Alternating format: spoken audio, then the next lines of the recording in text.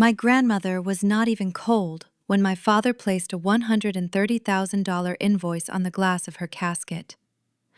The sound was a heavy, dull thud that echoed through the humid air of the Hendersonville funeral parlor, cutting right through the soft organ music playing in the background.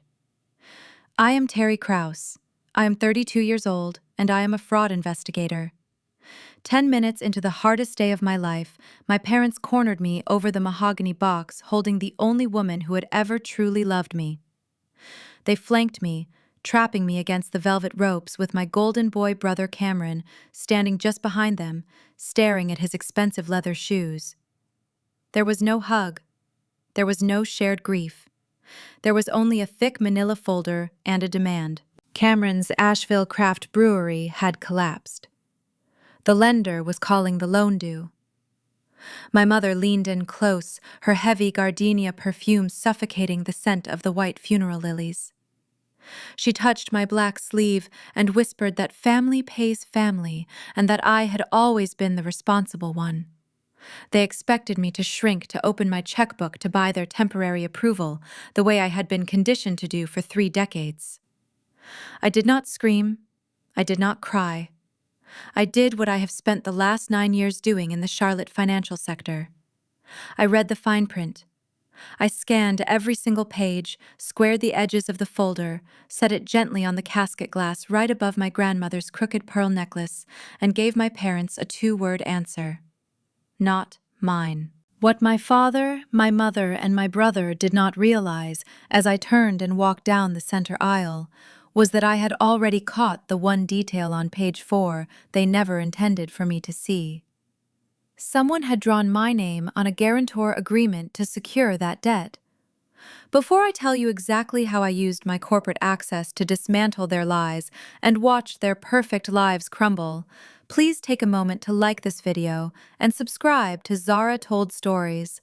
Only do it if this story truly speaks to you. How old are you right now, and what state or country are you watching from? Tell me in the comments. I want to know who else is out there breaking toxic family cycles today. Let me take you back to the exact moment that folder hit the glass. The air in the parlor was thick enough to chew. The air conditioning unit hummed a low, rattling tune in the corner, struggling against the late North Carolina summer heat, but it did nothing to dry the sweat pooling at the base of my neck. I had driven 2 hours from Charlotte that morning, my hands gripping the steering wheel so tight my knuckles ached. Grandma Millie was gone. The woman who taught me how to read balance sheets at her kitchen table. The woman who kept my straight-A report cards in a binder while my parents taped my brother's participation ribbons to the fridge. I remembered sitting on the porch of her Blue Ridge Mountain cabin just last summer, drinking iced tea while she told me I was the only one in the family who saw the world clearly. The air up there always smelled like pine and damp earth, a sharp contrast to the sterile air conditioning of my Charlotte high-rise. She was my sanctuary. She was the counterweight to my entire existence in this family. Without her, I was just the ATM. I stood at the open half of the casket looking down at her. She wore her favorite navy silk blouse. The mortician had done her makeup wrong, making her cheeks look too pink, but what hurt the most was the pearl necklace. The clasp was twisted, pulling the string of pearls off-center against her collarbone. Millie never wore anything crooked. She was a woman of exact angles and precise words. I reached out, wanting to fix it, wanting to do one last thing for her. That is when my father stepped into my peripheral vision. Stephen did not offer a comforting hand. He did not ask how the drive up the mountain was. He dropped the tan folder onto the viewing glass. The heavy cardstock slapped against the polished surface. I froze my fingers, lingering just above the velvet lining of the casket. I looked up. My father's jaw was locked tight, a muscle ticking near his ear. He wore his good navy suit, but his tie was pulled loose, an indicator that he had been sweating this interaction. Patricia, my mother, stepped up beside him. She held a damp tissue, crushed in her fist, knuckles white. Cameron lingered a few paces back. He was 29, but he looked like a guilty child called into the principal's office, shifting his weight from foot to foot, scuffing the toe of his designer loafers against the floral carpet. "Read it," my father said. His voice was a flat bark stripped of any warmth. I stared at the manila edge. "Dad, we are at a funeral." My mother pushed forward, leaning across the decorative ropes. The cloying scent of gardenia hit me, burying the natural smell of the lilies surrounding us. "Cameron is in trouble, Terry," she said, her voice dropping into that hushed, frantic tone she always used when she needed a mess cleaned up quietly. The Asheville market shifted. He could not keep up with the overhead. The brewery is under. "It is a default," Stephen said, cutting her off. $130,000. The commercial lender is threatening asset seizure. Today. Patricia reached out, hooking her fingers into the fabric of my dress. "You do so well for yourself at that bank in Charlotte. We know you have the savings." "Family pays family, Terry. You have always been the responsible one." The responsible one. That was their favorite title for me. It sounded like a compliment, but it was a cage. The responsible one meant I was the daughter who put herself through college, working night shifts, while they paid for Cameron to backpack across Europe to find himself. The responsible one meant I was the person they called when the golden boy drove his car into a ditch or maxed out his credit cards on another failed business venture. I looked at Cameron. He refused to meet my eyes, staring intently at a stain on the rug. His breathing was shallow. He kept adjusting the cuffs of his shirt, checking the time on a silver watch that probably cost more than my first semester of college tuition. He looked like a man standing on the trapdoor of a gallows, waiting for the lever to pull. He needed me to be the rope that saved him. He could not even ask me himself.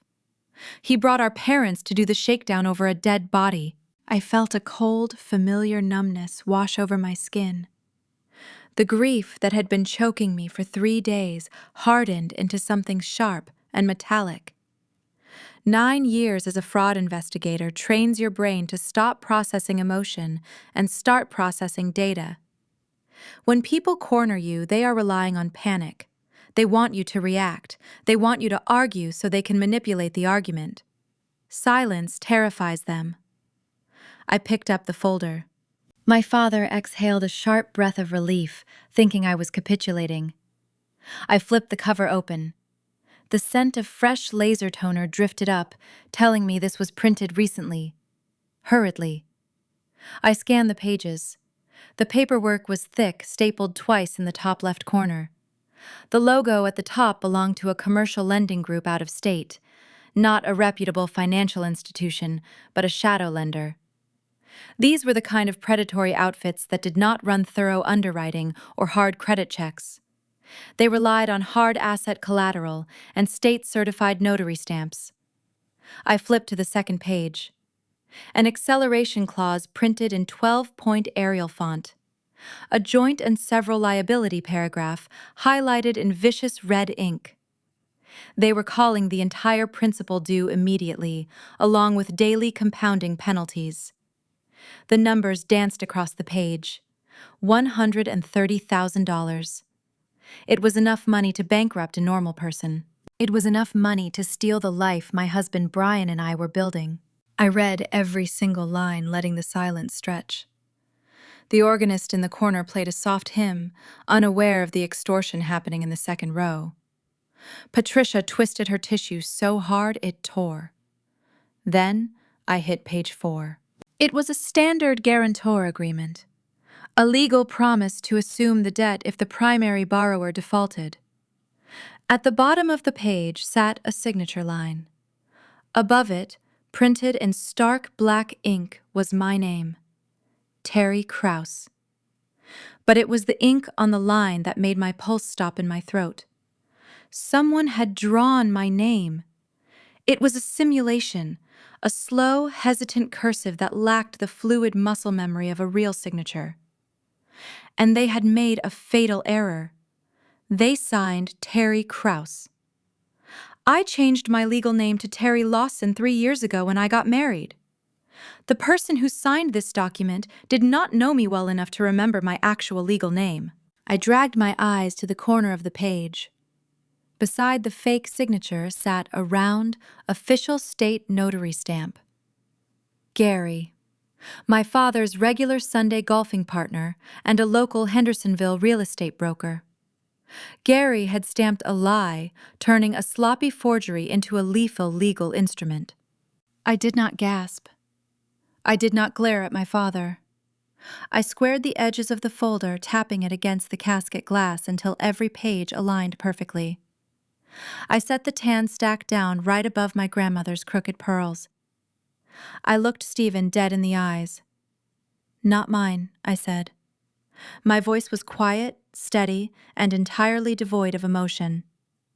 Patricia inhaled sharply, taking a theatrical step back. "Terry, how can you be so selfish to your own flesh and blood?" I turned on my heel. I walked down the center aisle, the sound of my heels echoing off the high, vaulted ceilings of the parlor. I did not look back. I walked out the heavy oak double doors and into the blinding North Carolina sun, leaving them standing at the casket. They thought they had handed me a guilt trip. They did not know they had just handed a bank fraud investigator a documented conspiracy. The gravel crunched under my shoes as I walked to my car. My mind was already racing, categorizing the evidence, locking away the grief so the auditor could take the wheel. I unlocked my door, sliding into the driver's seat, and pulled my phone from my purse. I needed to document everything before they realized their mistake. I was no longer a grieving granddaughter. I was a target, and targets who do not fight back become victims. I started the engine, letting the cold air blast my face. The war had just started, and my parents had fired the first shot over a coffin. The drive back to my Hendersonville hotel was a blur of winding mountain roads and suffocating silence. I pulled into the parking lot, gripping the leather steering wheel until my fingers locked. The grief over Grandma Millie was still there, a heavy anchor dragging at my ribs, but I forced it into a tight, compartmentalized box in the back of my mind. Right now, I could not afford to mourn. I needed to work. I pushed through the lobby doors, ignoring the polite nod of the front desk clerk, and rode the elevator to the third floor. I unlocked my room and dropped my purse onto the laminate desk. The space was sterile, quiet, smelling faintly of industrial bleach and recycled air. It was exactly what I needed, an empty room devoid of gardenia perfume and manipulation. I sat on the edge of the stiff mattress and pulled my phone from my pocket. Back at the funeral parlor, in the split second before I squared the edges of that manila folder and left it on the casket, my thumb had swiped open my camera app. I had snapped 3 high-resolution photos of page 4. 9 years in the fraud department teaches you that paper trails disappear the moment the perpetrator realizes they are caught. I opened the photo gallery and zoomed in on the harsh black text. My first question was the most glaring plot hole in their scheme. How did a loan of this size get attached to my Social Security number without triggering my security alerts? Working at a major Charlotte bank, I had my credit locked down tight. Any hard pull on my file should have sent an immediate ping to my phone. I scrutinized the letterhead again. The lender was not a traditional bank or a federally insured credit union. It was a merchant cash advance firm, operating out of a strip mall in Nevada. They are shadow lenders, predatory outfits that target desperate business owners who have already exhausted their traditional credit lines. They do not care about your debt-to-income ratio or your credit score. They only care about collateral and speed. When Cameron realized his Asheville brewery was drowning, he did not go to a reputable loan officer. He went to a shadow lender, who handed over cash in exchange for a predatory daily repayment schedule. Because these firms operate outside standard banking regulations, they do not run hard credit inquiries on guarantors. They rely entirely on a signature and a state-certified notary stamp to bypass financial security measures. That is how the debt attached to me silently in the dark. It was a financial ambush designed to bypass every alarm system I had built. I zoomed in closer, dragging my finger across the screen until the signature line filled the display. The blue ink stared back at me. Terry Kraus. A harsh, cynical laugh escaped my throat, echoing off the cheap hotel artwork. They had drawn my name, but they had used the wrong one. 3 years ago, I stood in a courthouse in downtown Charlotte holding a bouquet of white roses and married my husband Brian. I filed the paperwork that very same week, changing my legal surname to Lawson. My parents had attended the wedding. They ate the catered dinner. They drank the champagne. Yet when they sat down in a room to forge a legal document binding me to a six-figure debt, they used my maiden name. The forger had practiced tracing a ghost. It was the ultimate testament to my role in their lives. They did not see me as an independent woman with a husband and a life of my own. I was just an extension of their household, a resource to be tapped whenever the golden child ran out of funds. The sting of that realization burned, but it was quickly replaced by the cold satisfaction of an auditor finding a discrepancy. That Sunday, the farmhouse kitchen was a theater of organized chaos. The air was thick with the scent of rising yeast and roasting meat. I carried the insulated bag straight to the far counter, a designated island away from the primary cooking zone. I unpacked the green containers, setting them out in a neat row. I informed my mother, who was busy kneading bread dough, that Lily's meals were isolated. 20 minutes later, I returned to the kitchen to grab a napkin. The far counter was empty, but the signature was only half the equation. A shadow lender would never accept a drawn name without verification. I dragged my finger slightly to the right, focusing on the round blue ink stamp resting beside the forged cursive. In North Carolina, a notary public acts as an impartial witness, verifying the identity of the signer through a government-issued ID. That stamp carries the full weight of the state. I read the name curving around the edge of the blue seal. Vince Reynolds. My stomach dropped, hitting the floor with a sickening jolt. The air in the hotel room suddenly felt thin. Vince was not a stranger. Vince was a local real estate agent and my father's regular Sunday golfing partner. I had known him since I was 12 years old. He used to come to our backyard barbecues drinking light beer and laughing at my father's jokes. The scope of the betrayal crystallized, shifting from a desperate sibling's lie into something far more calculated. Cameron did not just panic and scribble my name in a back office. He could not have pulled this off alone. He needed the stamp. My father had to have taken him to Vince. Stephen had leveraged a decades-long friendship to secure a fraudulent state seal. Vince had applied his official commission to a document while looking at an empty chair, swearing under penalty of perjury that I was sitting right in front of him, handing over my driver's license. This was not just a lazy forgery. It was a coordinated conspiracy. They had weaponized a state-licensed official to bypass the shadow lender's minimal security checks. My father had orchestrated a crime, placing his golf buddy at risk of losing his livelihood and federal charges, all to shield Cameron from the consequences of his own failure. They thought they had built an airtight cage, using a notary stamp to create an automatic legal presumption of validity. In their minds, I would see the official seal panic and open my checkbook to make the terrifying paperwork go away. They banked on my fear. They banked on my silence. I stood up, pacing the narrow stretch of carpet between the bed and the window. I needed a strategy. I could not just march into a police station and claim forgery. With a notary stamp on the document, the local authorities would treat it as a civil dispute. A he-said, she-said family squabble over money. I needed ironclad proof that I was nowhere near Hendersonville on the day that ink touched the paper. I needed to build a file so dense and undeniable that it would crush their perjury trap before they even realized the walls were closing in. I walked over to the desk and opened my laptop. The glow of the screen washed over my face as I booted up my secure work portal. Brian was back in Charlotte, holding down the fort at home, assuming I was just attending a sad family gathering. I debated calling him, but stopped. Brian was a protector. If I told him my family had just committed fraud against me, he would drive up the mountain and start throwing punches. I needed this handled quietly, methodically. No explosions yet, just data. I logged into my banking employee portal and navigated to the security logs. I needed the dates. I looked back at the photo on my phone, checking the date written beneath the notary seal.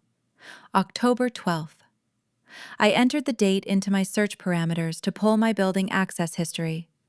Right as my finger hovered over the enter key, my phone vibrated against the laminate desk. The buzzing was harsh, shattering the quiet focus of the room. It was not a text message from my mother, begging for forgiveness. It was not my father demanding I answer his calls. It was an automated alert from a third-party collection agency. The subject line glowed bright white against the dark screen of my phone. Urgent action required regarding your recent account status. I tapped the notification, my heart rate accelerating. The message was concise, sterile, and terrifying. The commercial lender had bypassed the standard grace periods. Since the brewery had formally defaulted, the shadow lender was now executing the guarantor clause. The alert notified me that a collection account for $130,000 was being actively pursued against my Social Security number. I scrolled down, reading the fine print of the alert. Because it was an aggressive merchant cash advance, they were invoking a rapid recovery protocol. I had exactly 15 days to cure the default balance in full. 15 days. If I did not clear the debt or legally invalidate the contract within 2 weeks, the lender would move to the next phase of asset recovery. They would petition the court to place a lien on my primary residence, the house Brian and I had spent 3 years saving for, the sanctuary we built away from the toxicity of my childhood. My parents had not just handed me a bill at a funeral. They had set a ticking time bomb under my entire life and walked away. The 15-day clock to save my home, my career, and my future had officially started. The drive down the mountain back to Charlotte took 2 hours, but I do not remember a single mile of it. I had packed my hotel room in 5 minutes, throwing my clothes into my overnight bag and escaping into the dark highway. I needed the fortress of my own home. I needed the secure network of my home office. Most importantly, I needed to be far away from the geographical radius of my family. I arrived at my condo long after midnight, crawling into bed beside my sleeping husband Brian, without turning on the lights. I stared at the ceiling until my eyes burned, waiting for morning. I barely slept. When daylight finally crept through the bedroom blinds, my phone began to vibrate against the wooden nightstand. It was not a single notification. It was a relentless buzzing, shaking the wood like a trapped hornet. I rolled over and picked up the device. The screen was flooded with banners. Patricia had not wasted any time. While I was navigating the midnight highway, my mother was awake, drafting a masterpiece of fiction. She had activated the extended family group chat. There were 42 members in that digital thread, including aunts, uncles, cousins, and family friends. Patricia had dropped a grenade right in the middle of it. I unlocked the screen and read the long block of text my mother had posted at 6 in the morning. "Please pray for our family today," Patricia wrote. "We laid my beautiful mother Millie to rest, but the day was ruined by unimaginable cruelty. We tried to lean on Terry for emotional support regarding a small private matter. Instead of grace, Terry had a psychotic break right there in the parlor. She threw paperwork at her grieving father. She screamed at us over the open casket. The high-paying corporate life in Charlotte has changed her. She cares more about her bank accounts than her own brother. We are heartbroken and terrified by her erratic behavior." My breath hitched in my chest. The audacity of the lie was suffocating. I had barely spoken above a whisper. I had squared the folder with the precision of a librarian, but Patricia knew exactly what she was doing. She was striking first, seizing control of the narrative before I could expose the forgery. By framing me as an unstable, greedy corporate snob, she ensured that anything I said afterward would look like the ramblings of a guilty woman. The psychological warfare was vintage Patricia. It brought a bitter taste to the back of my mouth, instantly pulling me back to a vivid memory from 16 years ago. I was a teenager sitting at our scuffed kitchen table, bathed in the harsh fluorescent overhead light. I was clutching a yellow #2 pencil, carefully reconciling my meager paycheck from my after-school diner job into a cheap paper ledger. Every dollar was accounted for. I was saving for college because Stephen and Patricia had already made it clear that higher education was a personal expense for me. Suddenly, a deafening crunch echoed from the street outside, followed by the hiss of a busted radiator. Cameron, who was 17 at the time, had just wrapped his vintage Mustang around the neighborhood oak tree. He walked into the kitchen unharmed, but smelling of cheap beer and burnt rubber. My parents did not ground him. They did not yell. They rushed out to inspect the damage and spent the next morning at a dealership buying him a brand new, pristine red Jeep. They claimed he needed safe transportation for his upcoming college tours. The tours they were paying for. That same afternoon, I had placed my final report card on the kitchen counter. It was a perfect row of straight A marks. I had earned the highest honors in my graduating class. My parents never even looked at it. A week later, I found that report card buried under a stack of junk mail, stained with coffee rings. Cameron breaks things, and my parents buy new ones. I achieve things, and my parents ignore them. That was the foundational math of our household. I pulled myself out of the memory, focusing back on the glowing screen of my phone. The group chat was already dogpiling. Aunt Linda was the first to reply. She typed that she always knew the city life would corrupt my morals. Cousin Mark chimed in, calling me a heartless monster for abandoning my brother in his hour of need. A family friend posted a Bible verse about the love of money being the root of all evil. Notification after notification rolled in, painting me as the villain of a story I did not even write. My thumbs hovered over the keyboard. My pulse hammered in my ears. I started typing a furious factual defense. I wrote that I did not scream. I wrote that they handed me a forged commercial loan over Grandma Millie's dead body. I wanted to tell 42 people that Stephen and Cameron had bribed Vince the notary to fake a state seal.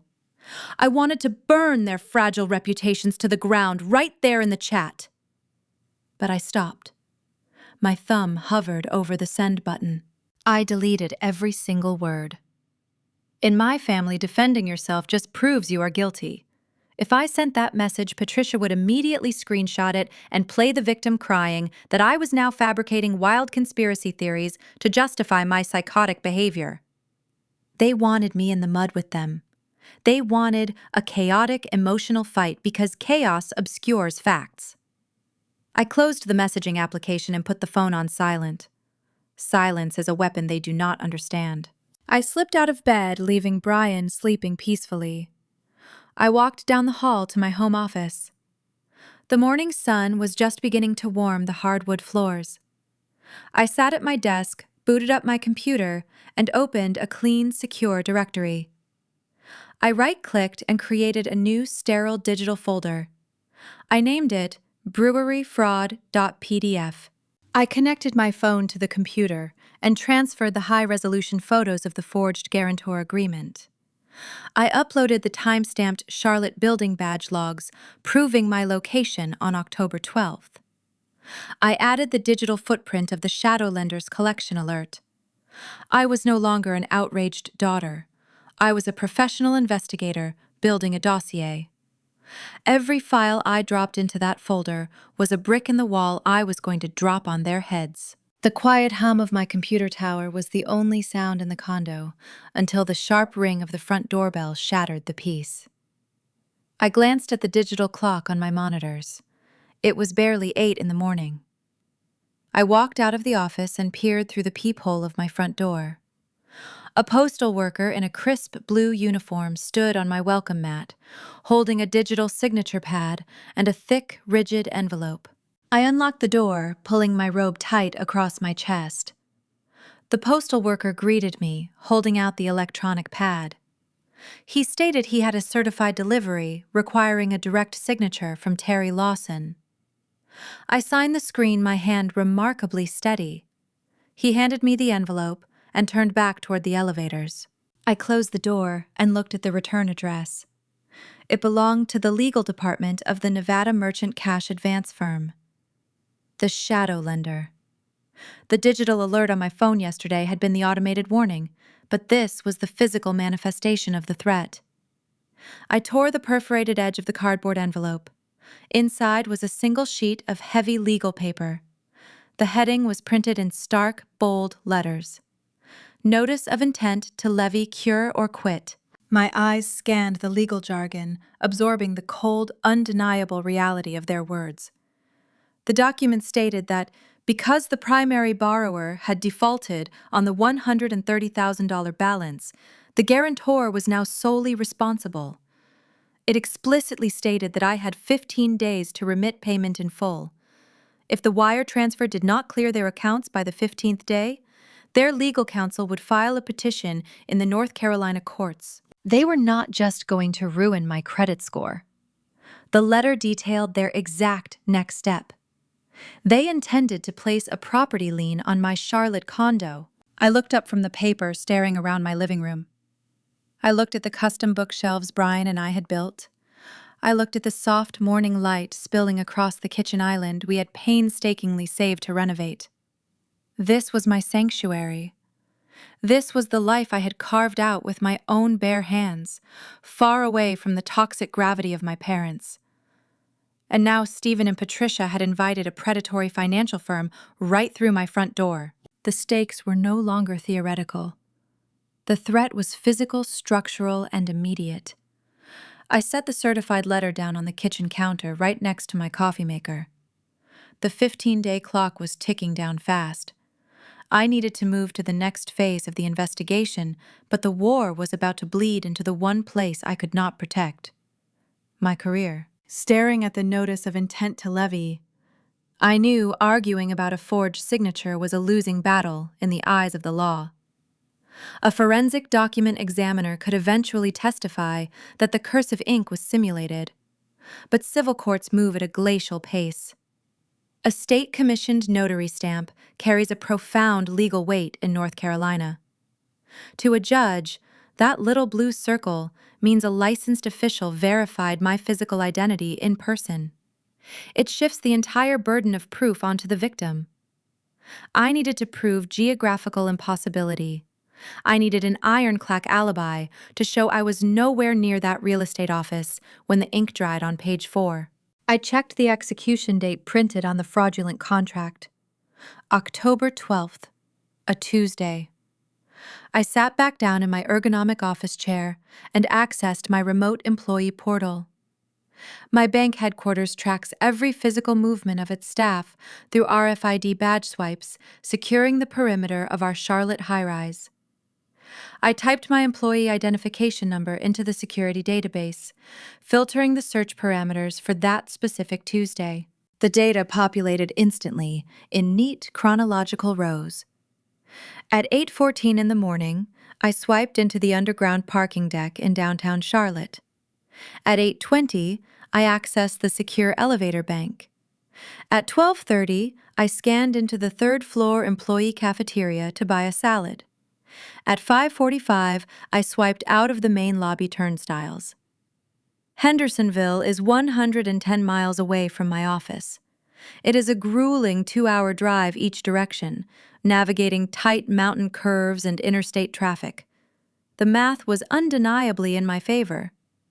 I was physically tethered to a corporate building for 9 straight hours, while someone was, allegedly, handing my state-issued license to my father's golf buddy.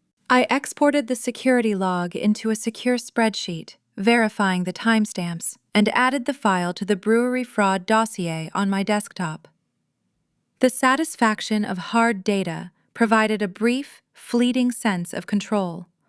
But data alone does not break a conspiracy. Conspiracies shatter when the person with the most to lose realizes the ship is taking on water. I picked up my phone and dialed Vince Reynolds. He answered on the third ring, using his polished, overly enthusiastic, real estate broker voice. I kept my tone casual and professional, masking the adrenaline surging through my veins. I wanted to give him a golden bridge to retreat across. I explained that there had been a significant administrative error regarding Cameron and his commercial business loan. I suggested that perhaps Vince had been rushing through a stack of paperwork and accidentally stamped a page with my name on it without thoroughly checking the identification.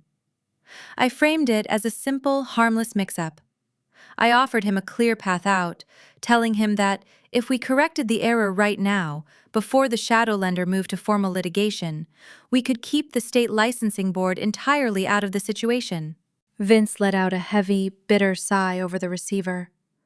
The polished broker persona slipped away, revealing a deeply stressed and tired man. Instead of addressing my question directly, he pivoted to complaining about the current economy. He rambled about high mortgage rates crushing the local housing market, and how his boutique agency had not closed a single property sale in 3 months. He whined about his thinning commission checks and the mounting pressure of his own adjustable rate mortgage kicking into a higher bracket. I listened carefully, letting him talk into the silence. He was unwittingly handing me his exact motive. Desperate people do foolish things for quick cash. My father knew Vince was drowning financially and offered him a lucrative lifeline in exchange for pressing a rubber stamp onto a single sheet of paper. I waited for him to finish his rant, expecting him to take the out I had provided. Instead, Vince hardened his stance. The lingering guilt must have curdled into defensive rage. His voice dropped an octave, transforming from a complaining neighbor into a hostile adversary. He told me there was no administrative error. He stated clearly that he maintained a meticulous state-mandated logbook for every transaction. He claimed he distinctly remembered me walking into his Hendersonville office on October 12th, handing him my North Carolina driver's license and signing that paper right in front of his desk. I felt a cold chill radiate down my spine. I warned him that perjury was a felony offense. Vince laughed. It was a sharp, ugly sound, devoid of any humor. He threatened that if I challenged his official commission, he would personally file a devastating defamation lawsuit against me. He reminded me that a judge would always take the sworn testimony of an appointed state officer over a disgruntled sister trying to dodge a legitimate family debt. He told me to pay what I owed and hung up, leaving me listening to the dead air. The phone felt heavy in my palm. My stomach tightened into a painful knot as the reality of the situation fully materialized. This was not a careless mistake I could easily unravel with a single phone call. My parents had engineered a coordinated perjury trap. They understood the intricate legal mechanics of the state system. A notary public is practically bulletproof in civil court unless you possess overwhelming, irrefutable evidence of a crime. Vince was willing to commit perjury on a witness stand to protect his bribe money and shield my father. I was staring at an immense structural wall. I had my badge logs, but they had a sworn official ready to lie under oath corroborating my parents' fictional narrative. The sheer calculation of it took my breath away. Stephen had essentially arranged a legal firing squad for his own daughter just to ensure his son did not have to face the consequences of bankruptcy. I leaned forward, resting my forehead against the cool mahogany wood of my desk, trying to regulate my breathing. I needed to think of a way to bypass Vince's sworn testimony. I needed a strategy to force them into a corner where lying was no longer an option. Just as the crushing weight of that legal reality began to settle over my shoulders, my computer screen chimed loudly. It was an urgent direct message popping up from a trusted colleague in my corporate compliance department. The message contained a single hyperlink and a brief, frantic question asking if I had seen what was circulating online. I clicked the URL. The browser opened a new tab, directing me straight to LinkedIn. It was the professional networking platform where I had spent 9 years meticulously building a spotless reputation in the financial sector. The profile staring back at me belonged to Ashley, my brother's wife. She had bypassed the private family text threads entirely. Ashley was leveraging her minor, localized status as a mommy blogger to thrust our conflict out of the shadows and into the unforgiving public sphere. She had crafted a long, emotional post designed to maximize viral engagement. The smear campaign was no longer confined to aunts and cousins gossiping in a group chat. It was out in the open, targeting my professional network. The war had just crossed the boundary of my career, and the fallout was going to be instantaneous. I stared at the high-definition monitor on my desk, my eyes scanning the block of text Ashley had broadcasted to the professional world. My sister-in-law operated a localized lifestyle blog focused on curated motherhood and budget-friendly aesthetic living. She spent years learning how to manipulate social media algorithms, using faux vulnerability to farm engagement from strangers. Now she was weaponizing those exact skills against my career. Her LinkedIn post featured a desaturated photograph of Cameron sitting at their kitchen table, with his head buried in his hands. He looked the part of a broken, devastated entrepreneur. Above the carefully staged image, Ashley had drafted a sprawling narrative about the death of the American dream. She claimed that hard-working small business owners were being crushed not just by a cooling economy, but by the ruthless apathy of their own blood relatives. Then she deployed her tactical strike. She did not use my name, but she tagged the exact Charlotte financial institution where I worked. She wrote that it is terrifying to realize the same banking executives tasked with protecting community assets will bankrupt their own siblings for sport. She ended the post with a bold, capitalized statement claiming corporate greed destroys families. The engagement metrics were climbing in real time right before my eyes. Hundreds of likes, dozens of shares. The Charlotte finance and tech sector is a remarkably tight-knit community. People talk, and gossip travels through corporate corridors faster than any official memo. The comments section was already filling with local professionals expressing outrage, tagging other regional managers, and demanding accountability. Ashley had essentially dragged my pristine, 9-year corporate record into the mud, square in front of every colleague, supervisor, and competitor I had in the city. My desk phone chirped. The sharp electronic ring made me jump. I looked at the digital caller identification display. It was the Vice President of Human Resources. I picked up the receiver, and a crisp voice asked me to come up to the executive suite immediately. The walk from my department to the top floor felt like marching to a firing squad. My division was designed with modern glass walls, promoting a culture of transparency. Today, that transparency felt like a fishbowl. As I walked down the main corridor, I noticed the distinct shift in the atmosphere. Colleagues who normally smiled and asked about my weekend suddenly found their spreadsheets intensely fascinating. A few junior analysts averted their gaze entirely, staring hard at their keyboards as I passed. The digital grapevine had already done its damage. I was isolated in a building full of people.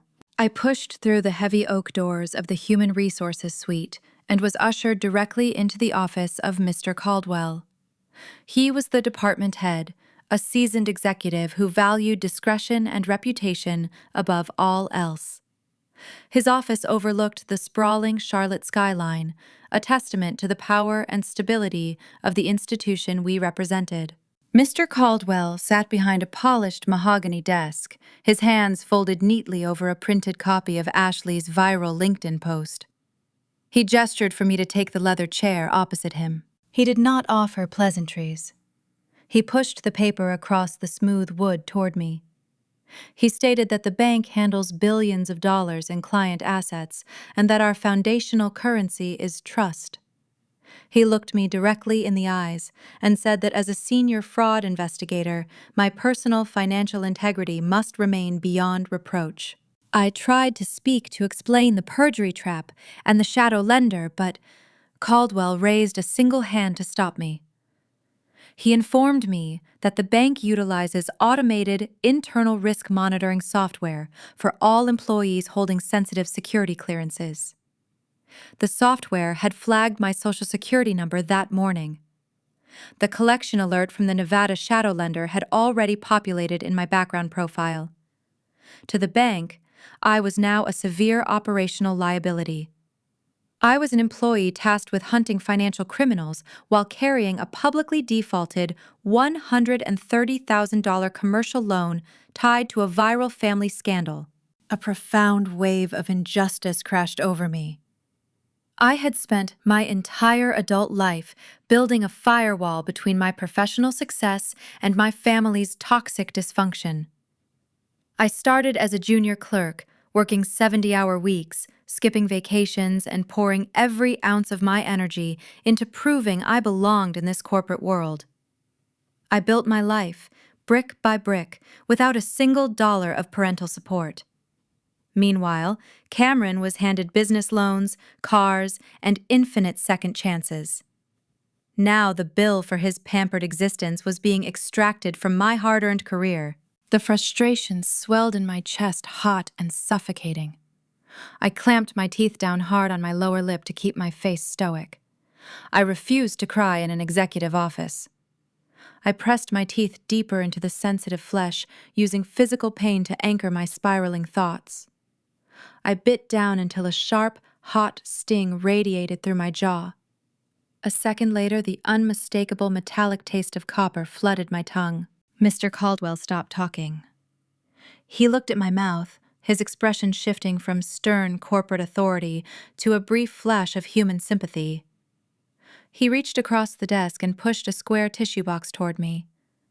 I took a tissue and dabbed my bottom lip. It came away spotted with a bright red drop of my own blood. "Fix this, Terry," he said softly but firmly. He laid out the bank's ultimatum. He acknowledged my years of exemplary service, which was the only reason I was not being escorted out of the building by security right that minute. He gave me exactly 30 days. I had 1 month to secure legally admissible proof that the debt was fraudulent and sever it from my profile.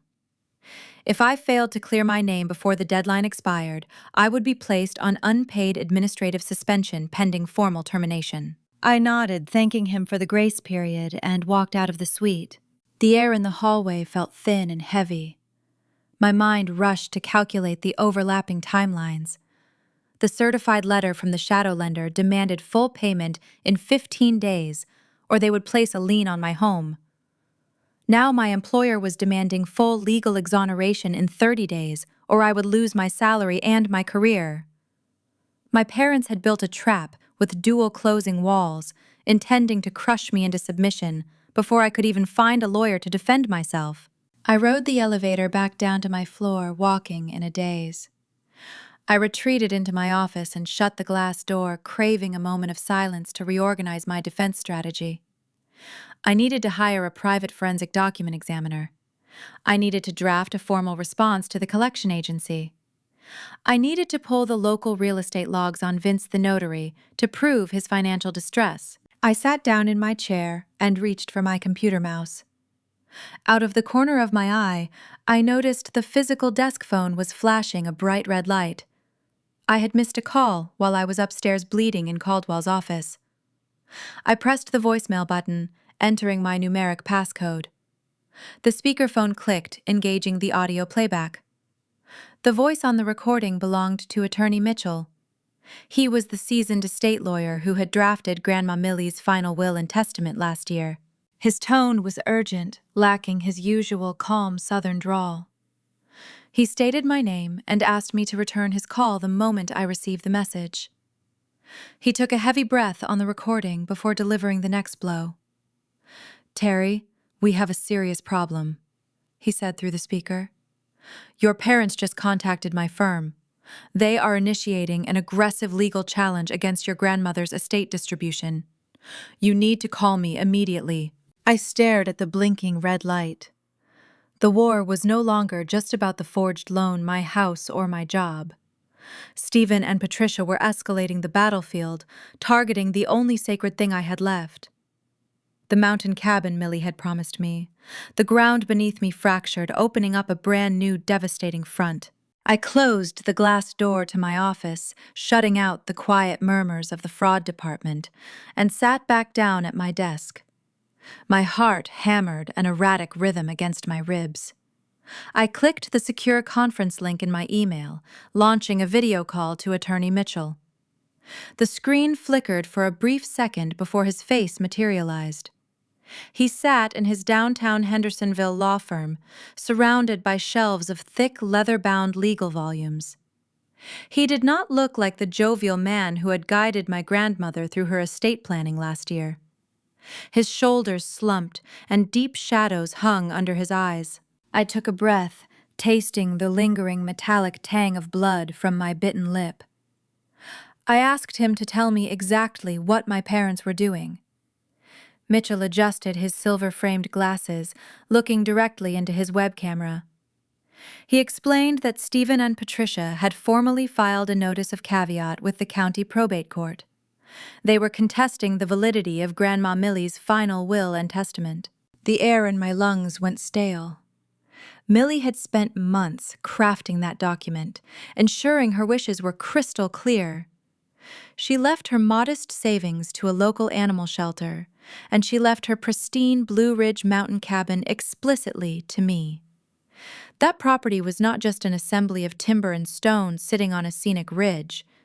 It was my childhood sanctuary.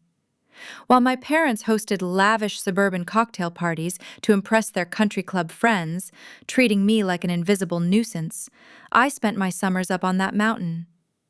Millie taught me how to split firewood, how to read the changing weather rolling over the peaks, and how to sit in silence without feeling empty. The cabin was the only place on Earth where I was allowed to exist without needing to earn my space. It represented the only pure, untainted love I had ever known. Mitchell leaned forward, resting his elbows on his mahogany desk. He detailed their specific legal strategy. A will can only be contested on very narrow grounds in North Carolina. Stephen and Patricia were alleging that my grandmother lacked testamentary capacity when she signed the documents. They claimed she was not of sound mind. I leaned closer to my monitor, my voice dropping into a harsh whisper. I told him that was a blatant lie. Millie remained sharp as a tack until her final breath. She managed her own finances, did the Sunday crossword in ink, and remembered the names of every teller at her local bank. Mitchell agreed, nodding slowly. He knew she was lucid because he sat across from her when she signed the papers. But the law requires evidence to counter an official medical dispute. He revealed that my father had retained a highly aggressive estate litigator. Together, they were preparing to submit a retroactive medical evaluation from a physician named Dr. Harrison. Harrison was a retired internal medicine practitioner who just happened to be another one of my father's longtime country club associates. The doctor was willing to sign an affidavit claiming he observed severe cognitive decline and early-stage dementia in Millie during a casual social visit last autumn, right around the time she finalized her will. My stomach plummeted, twisting into a cold, painful knot. They were not just stealing my inheritance. They were willing to drag my grandmother's pristine memory through the mud, branding her as incompetent and fragile on public court records, all to save my brother. I asked Mitchell what their endgame was. I knew my parents did not actually want the cabin, they hated the outdoors, and despised the 2-hour drive up the winding mountain roads. He pulled a sheet of legal paper from a folder on his desk. He read the settlement offer their litigator had sent over just an hour ago. The terms were brutally transactional. Stephen and Patricia offered to withdraw the caveat petition and drop the dementia allegations entirely under one specific condition. I had to sign a quitclaim deed, surrendering the mountain property to Cameron so he could liquidate the asset to pay off his shadow lender. Alternatively, they offered to let me keep the cabin if I signed a home equity line of credit, assuming the $130,000 debt myself. The architecture of their trap was staggering in its cruelty. The forged signature was just their opening salvo, designed to create immediate panic. The estate dispute was their heavy artillery. They were holding my grandmother's legacy hostage, using the one place I truly loved as leverage to force my compliance. I asked Mitchell how we fight the caveat. I wanted to file a countermotion immediately. I wanted to depose Dr. Harrison and expose his fraudulent affidavit under oath. Mitchell offered a grim, sympathetic smile. He explained the brutal reality of probate litigation. Fighting a caveat proceeding is not a swift process. The court would freeze all estate assets immediately. The discovery phase alone, involving medical subpoenas and depositions, would take a minimum of 18 months. A full trial could stretch the timeline to 3 years. Then he delivered the final blow. He informed me that his firm required a $20,000 retainer just to begin the defense, and the total legal fees could easily exceed $50,000 by the time we reached a verdict. I leaned back in my ergonomic chair, staring blankly at the video feed. The math was devastating. I was a smart, capable fraud investigator, but I was facing a war of attrition I simply could not afford to fight. My mind laid out the overlapping deadlines like a row of falling dominoes. The commercial lender demanded cash in 15 days, or they would place a lien on my Charlotte home. My human resources department demanded legal exoneration in 30 days, or I would lose my salary and my career.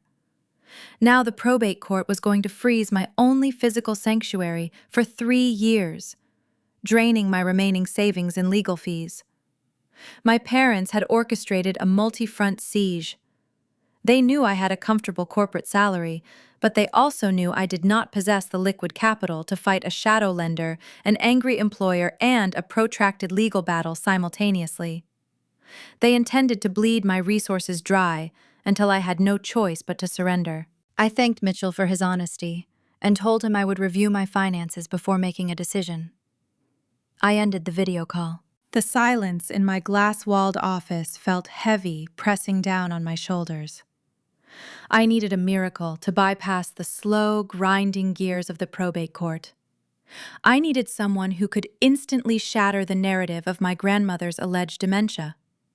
A retroactive affidavit from a corrupt country club doctor would not hold up against credible, first-hand testimony from a licensed medical professional who actually treated Millie.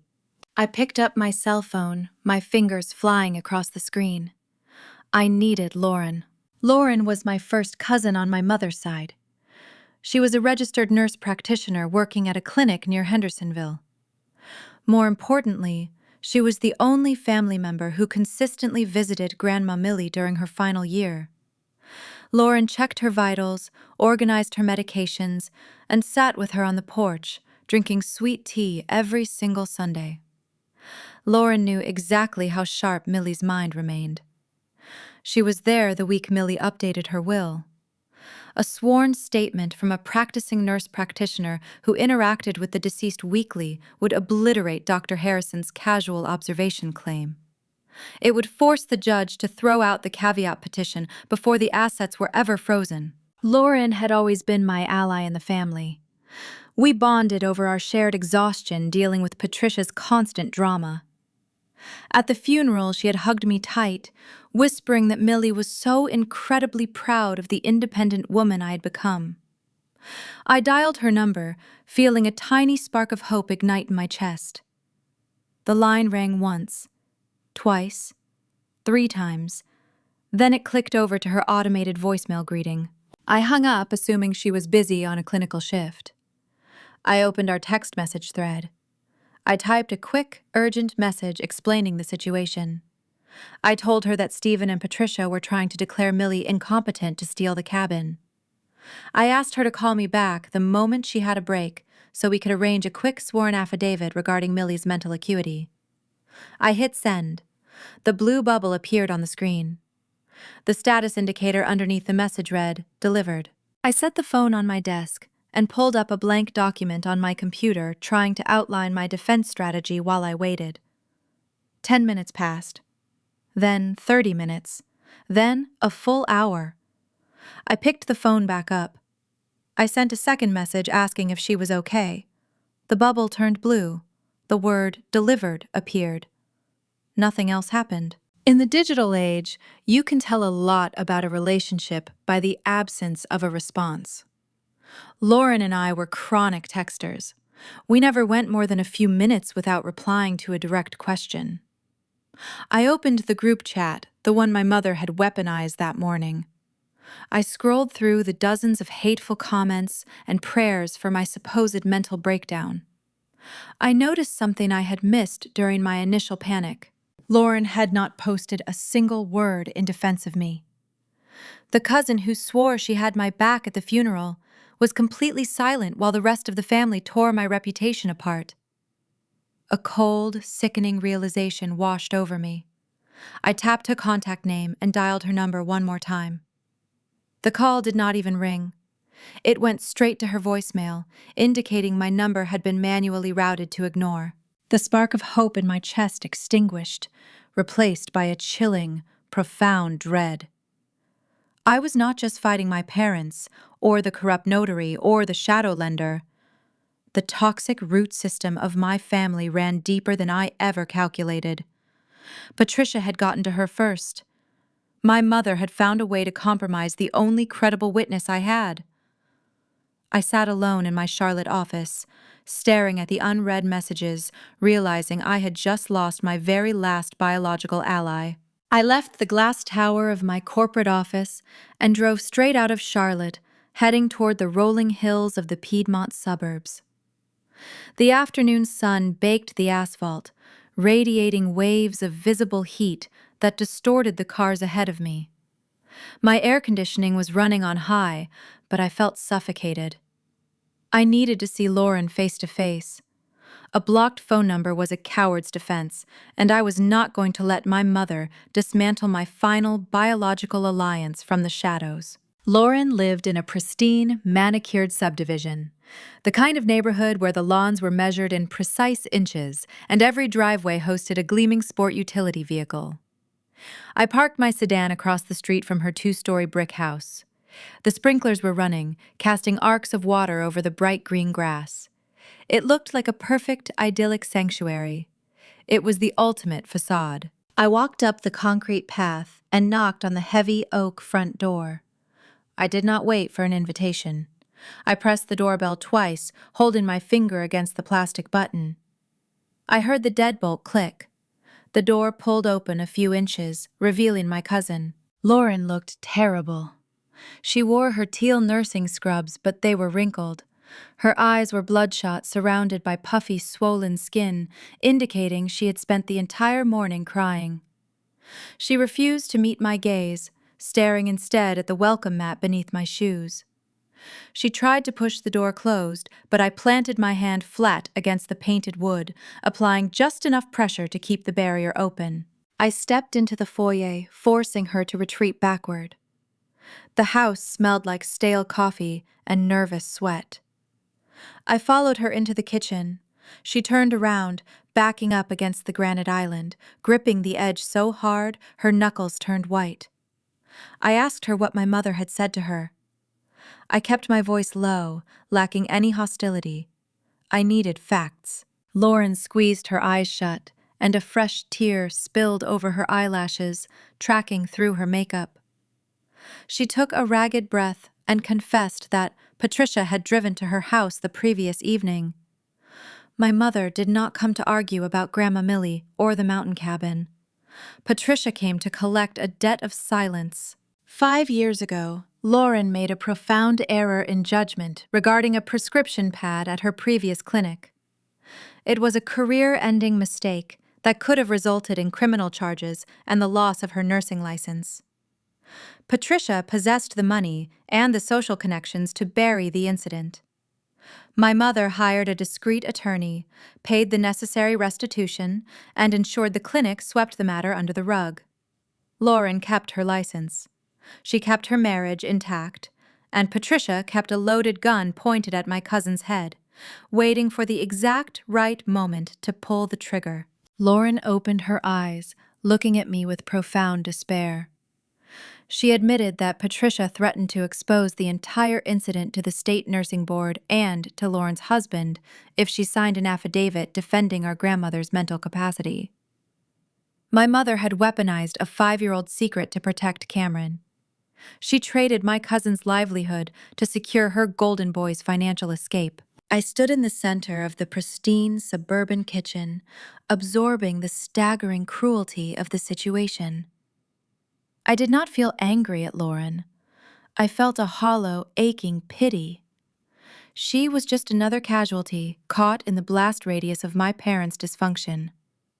Then Lauren said the one thing that managed to shatter my empathy. She reached across the counter, her voice pitching into a desperate, pleading whine. "Just pay the money, Terry," she begged. "You make so much in the city. You have the savings. Just write the check so we can all go back to normal." "Do not make her destroy my life over this." The words hit me like a physical blow. Just pay the money. Even Lauren, the cousin who held my hand at the funeral, the woman who knew exactly how much I had sacrificed to build my independent life, viewed me as nothing more than a financial sponge. To her, my hard-earned stability was a disposable resource meant to cushion the rest of the family from their own toxic choices. I was not a person to them. I was the responsible one, the designated ATM. A lesser person would have screamed. A normal sister would have thrown a kitchen glass against the brick backsplash and stormed out. But I am a fraud investigator. When a critical asset turns hostile, you do not burn the bridge. You use the compromised asset to feed disinformation back to the enemy. I looked at Lauren, letting my posture deflate.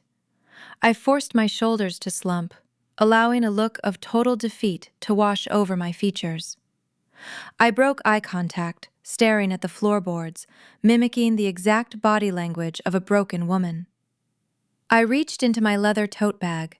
Before leaving the bank, I had stopped by the retail lending lobby and grabbed a stack of generic financial literature. I pulled out a thick, glossy trifold brochure printed with bold blue lettering, Home Equity Line of Credit. I dropped the brochure onto the granite counter, pushing it slowly toward Lauren.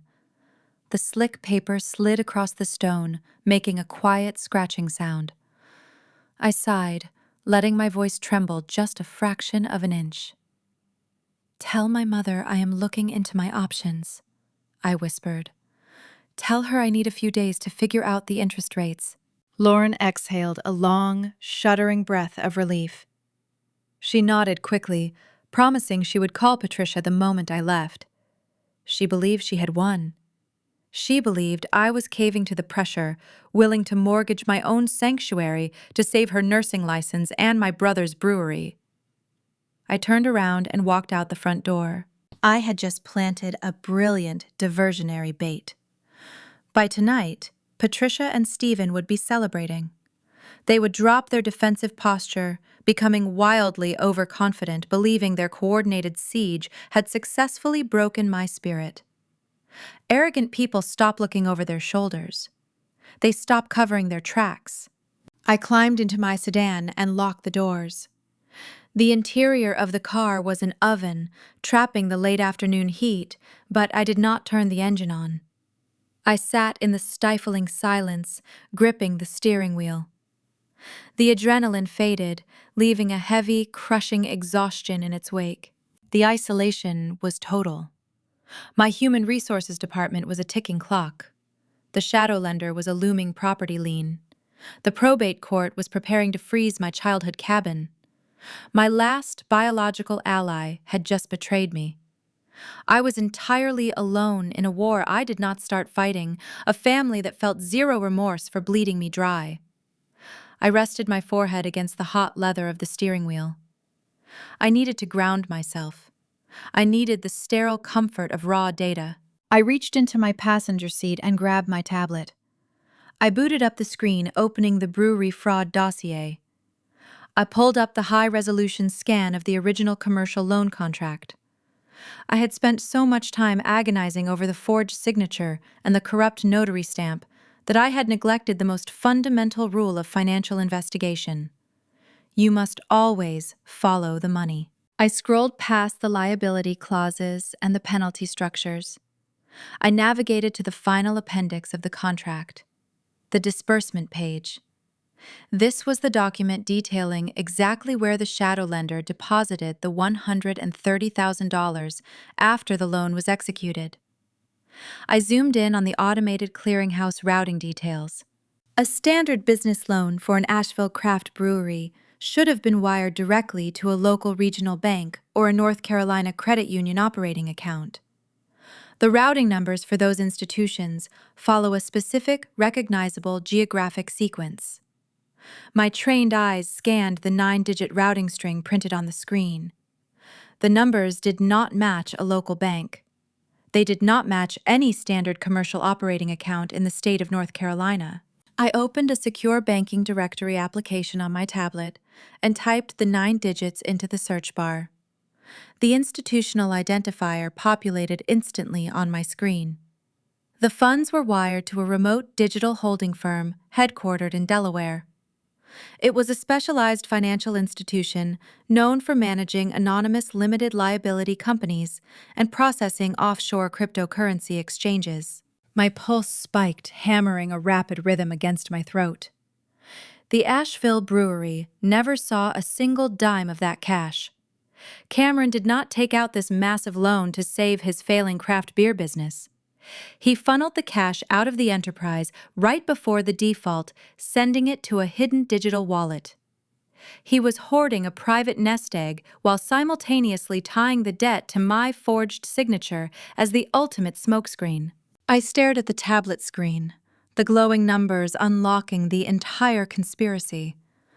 I had just found the smoking gun, but exposing it would require a tactical precision I had to execute flawlessly. The heat trapped inside my sedan felt less suffocating, now replaced by a sharp, clarifying adrenaline. I shifted the car into drive and pulled away from the manicured curb of Lauren's pristine neighborhood. The sun was beginning to dip below the rolling Piedmont hills, casting long shadows across the asphalt as I merged onto the interstate, heading back toward Charlotte. My mind was no longer spiraling in a panic about ticking clocks and human resources deadlines. I was back in my element. I was an auditor on the scent of a hidden ledger. I navigated the evening traffic with a quiet, mechanical precision. The betrayal from my cousin was a dull ache in my chest, but the routing numbers glowing on my tablet screen offered a powerful antidote. People lie. People buckle under pressure. People prioritize their own comfort over the truth. Numbers do not possess a conscience. They do not guilt-trip you over a casket. They do not care about family loyalty or country club reputations. There is a cold, undeniable beauty in mathematics. A financial ledger is a pure, unvarnished record of human intention. When you strip away the tears and the carefully rehearsed victim narratives, the digits always tell you exactly who a person really is. I arrived at my condo just as the streetlights began to flicker on across the city skyline. The unit was empty. Brian had texted earlier saying he was working a late shift at his engineering firm. The solitude was a tactical advantage. I bypassed the kitchen, turning on a single desk lamp in my home office. I sat down in my ergonomic chair and booted up my primary workstation. I arranged my 3 high-definition monitors, firing up my secure virtual private network, and logged into the premium investigative databases I utilized for deep-dive corporate audits. I started with the Delaware Holding Company. Delaware is the premier domestic tax haven for a reason. Its corporate privacy laws are designed to shield the identities of business owners, creating a dense bureaucratic fog that frustrates creditors and local law enforcement. A standard public search on the state website will only reveal the name of a registered agent, usually a faceless legal firm that charges a nominal fee to forward mail. Fraudsters flock to Delaware because they believe that veil of anonymity is impenetrable. But careless criminals always leave a digital footprint. Cameron was many things, but he was never meticulous. He lacked the discipline required to maintain a truly sterile corporate shell. I paid the required state access fees using a prepaid digital card and pulled the official Articles of Incorporation for the holding company listed on the shadow lender's disbursement page. The entity was named Apex Logistics LLC. It had been registered exactly 3 weeks before the Asheville brewery formally defaulted. The primary registration document yielded nothing but the expected registered agent address in Wilmington. I dug deeper. I pivoted to the state franchise tax records. To maintain an active LLC status, an owner must pay an annual tax. I queried the payment gateway archives utilizing a backdoor search parameter I learned during my first year hunting synthetic identity rings. The database returned a parsed metadata log of the initial filing fee transaction. The payment had not been routed through a sterile corporate account. The filing fee was processed via a standard retail checking debit card. I pulled the associated billing address, linked to the card number. The address belonged to a luxury high-rise apartment complex in downtown Asheville.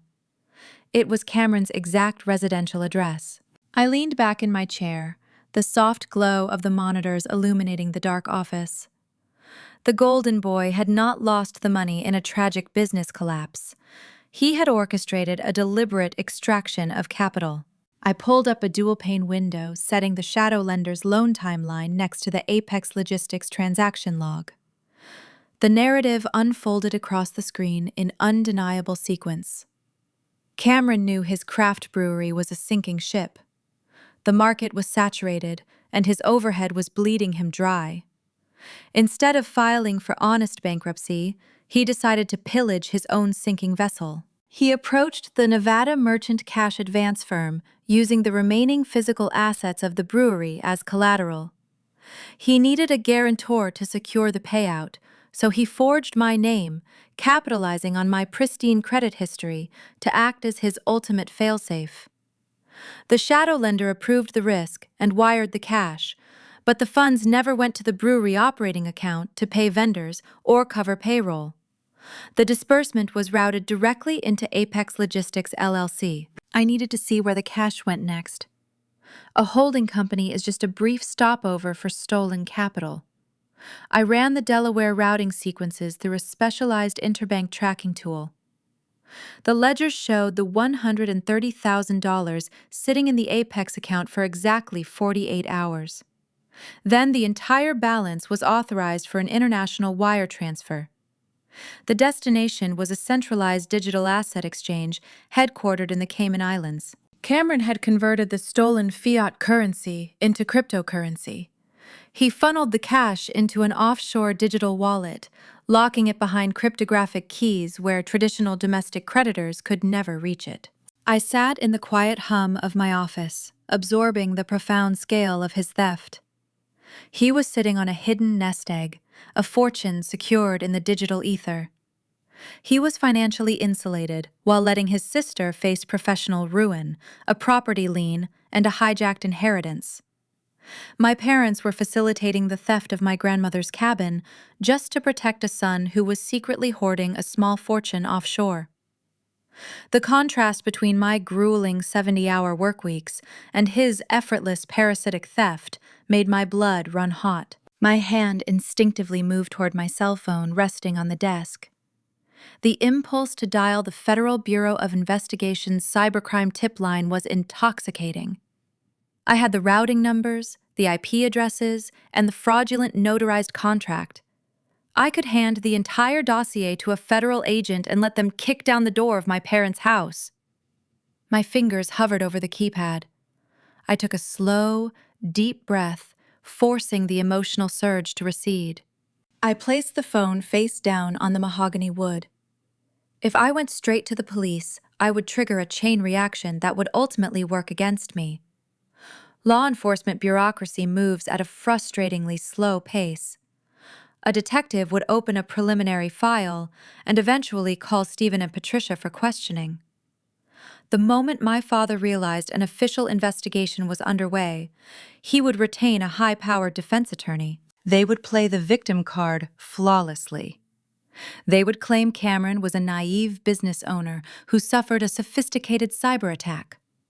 They would argue that an anonymous hacker compromised his identity, set up the Delaware LLC, and drained the funds to the Cayman Islands. Stephen would scramble the IP addresses, and Cameron would wipe his digital devices clean. The offshore wallet would be instantly drained, leaving behind a ghost trail. By the time the authorities secured a subpoena, the evidence would be gone. The shadow lender would still have a valid claim against my home, and my human resources department would still terminate my employment due to the public scandal. My parents would drag the investigation out for years, hiding behind a wall of plausible deniability. I realized I could not rely on an external badge to save me. Reporting the crime was a liability. I needed a full, uncoerced confession. I needed them to confirm the timeline, the forgery, and the digital theft on the record before they ever suspected they were bleeding. I looked at the 3 monitors glowing in the dark room.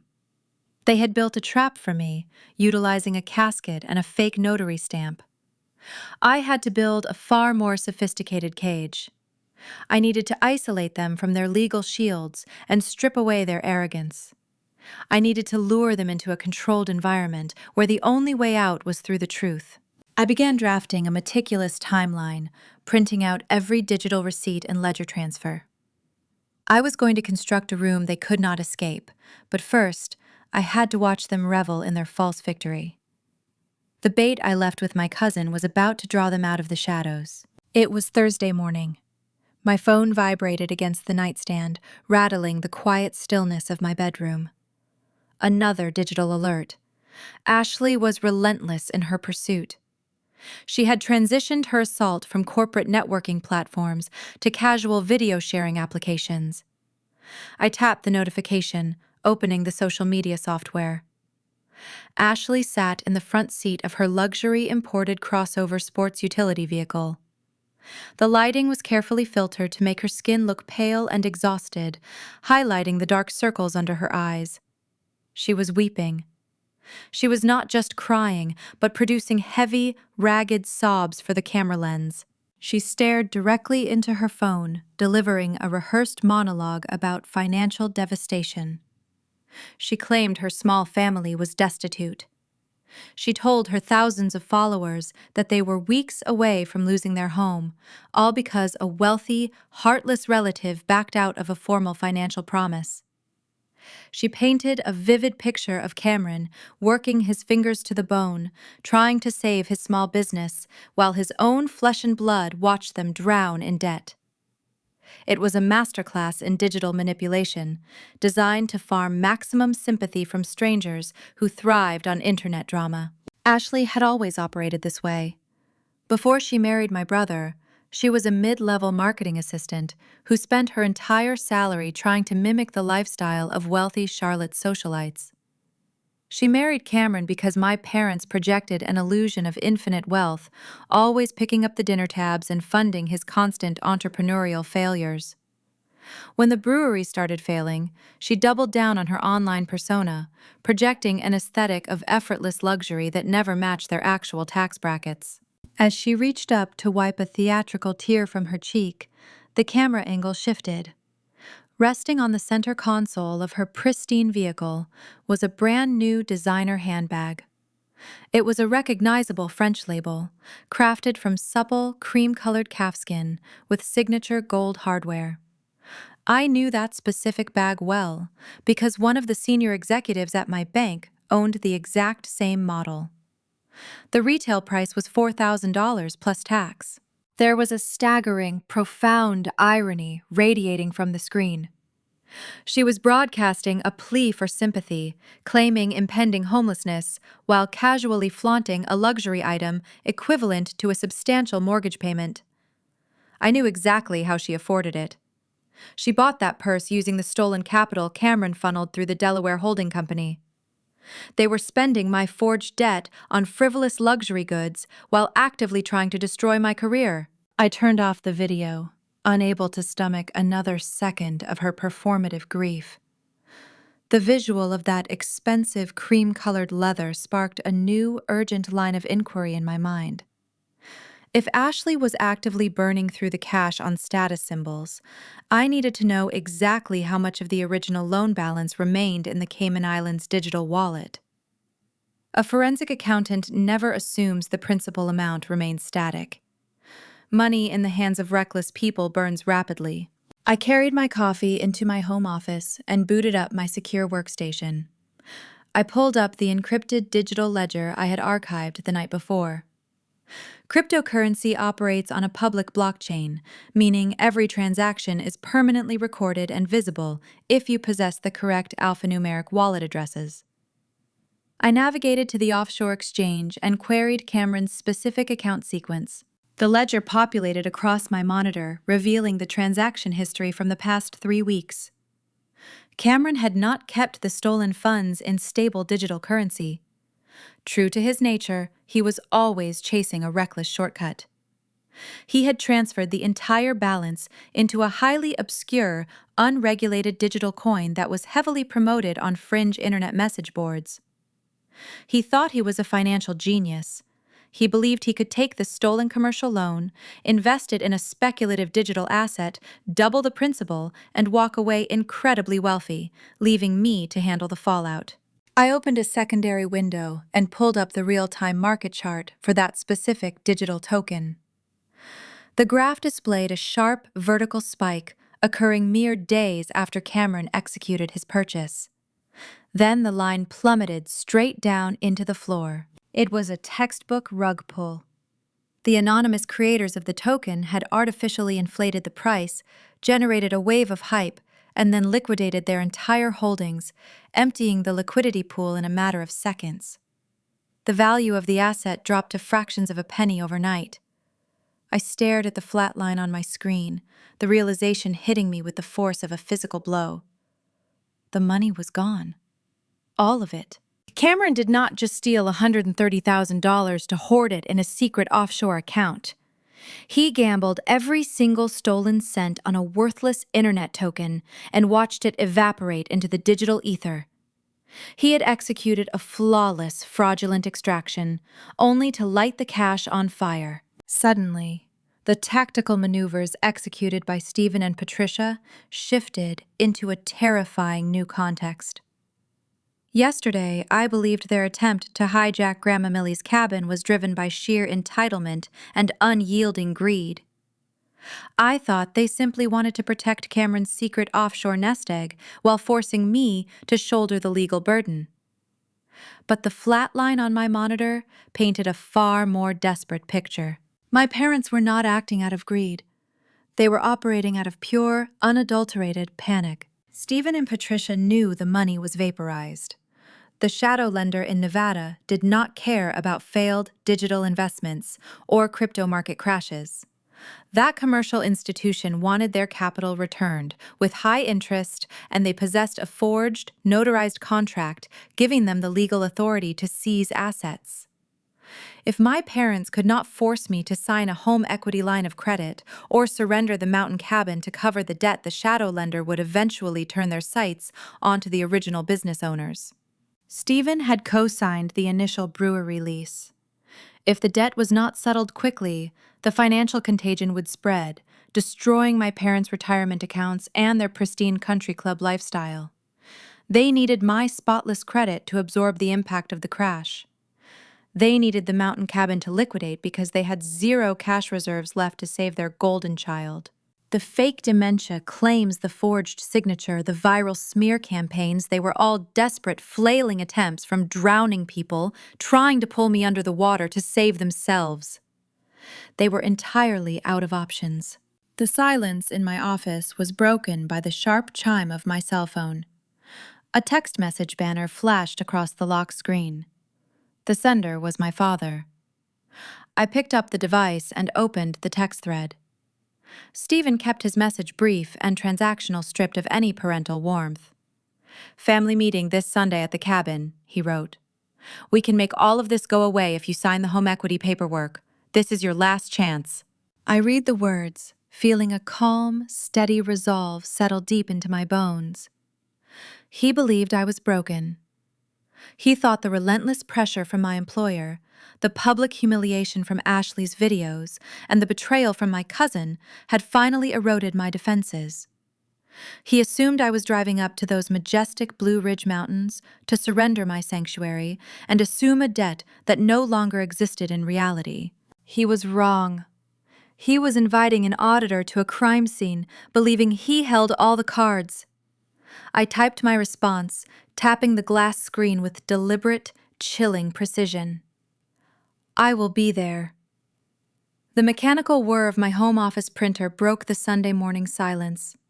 Warm sheets of paper slid into the output tray one after another, accumulating into a formidable stack of undeniable truth. I stood over the machine, watching the digital forensic evidence manifest into physical reality. First came the Charlotte building security logs, proving my physical location during the exact hour of the forged signature. Next, the printer produced the Delaware Holding Company registration documents, tying my brother directly to the offshore extraction. Finally, the machine dispersed the blockchain market graphs, showing the catastrophic collapse of his digital tokens. I gathered the pages, organizing them into 3 distinct symmetrical piles on my mahogany desk. I opened a bottom drawer and retrieved 3 pristine, heavy manila folders.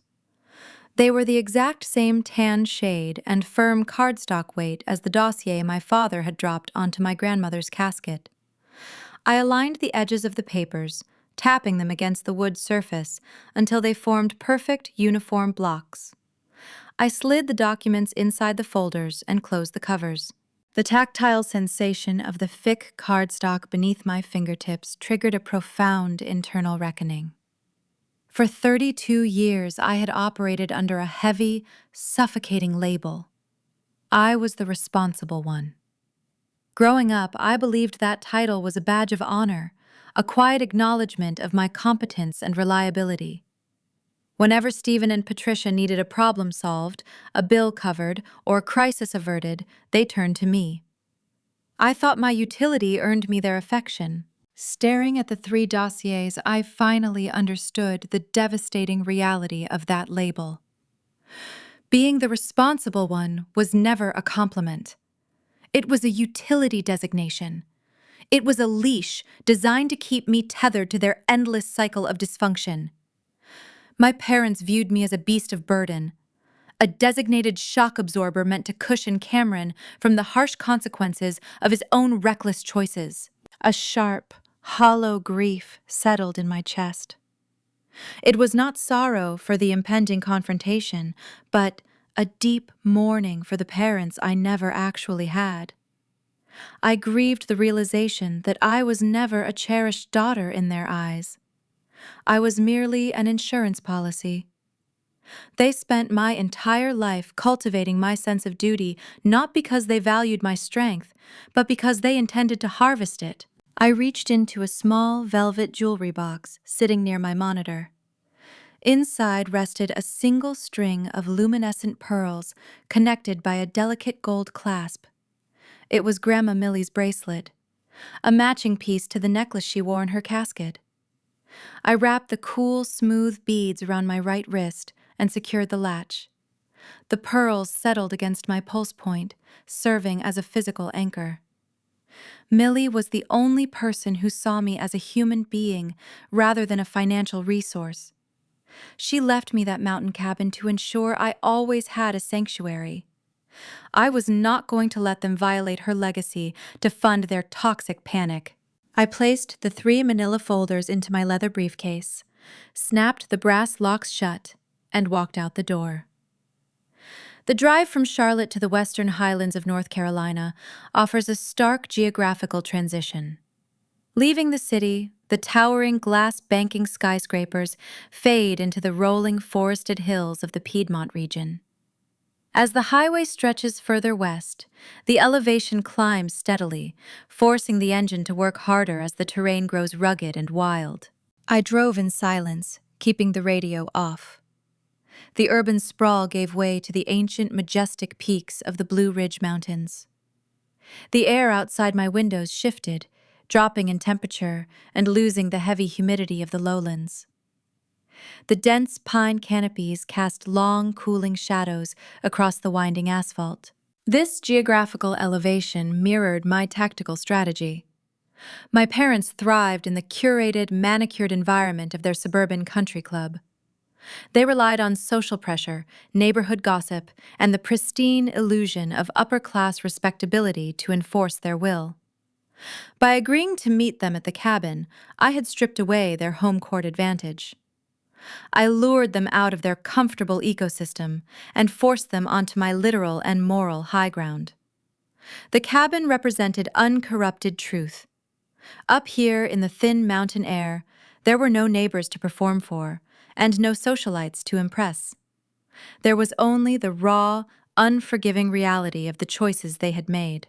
As I navigated the final series of steep switchbacks, I reviewed my strategic posture. My mother and father believed they held the winning hand. The diversionary bait I planted with my cousin Lauren had worked flawlessly. Stephen and Patricia were waiting for me, fully expecting a broken, exhausted woman. They thought the dual threats of corporate termination and a property lien had successfully crushed my spirit. They were anticipating my signature on a home equity line of credit, ready to sacrifice my own sanctuary to save their sinking ship. Arrogance had blinded them to the incoming storm. The paved highway transitioned into a narrow dirt road, kicking up a cloud of pale dust behind my tires.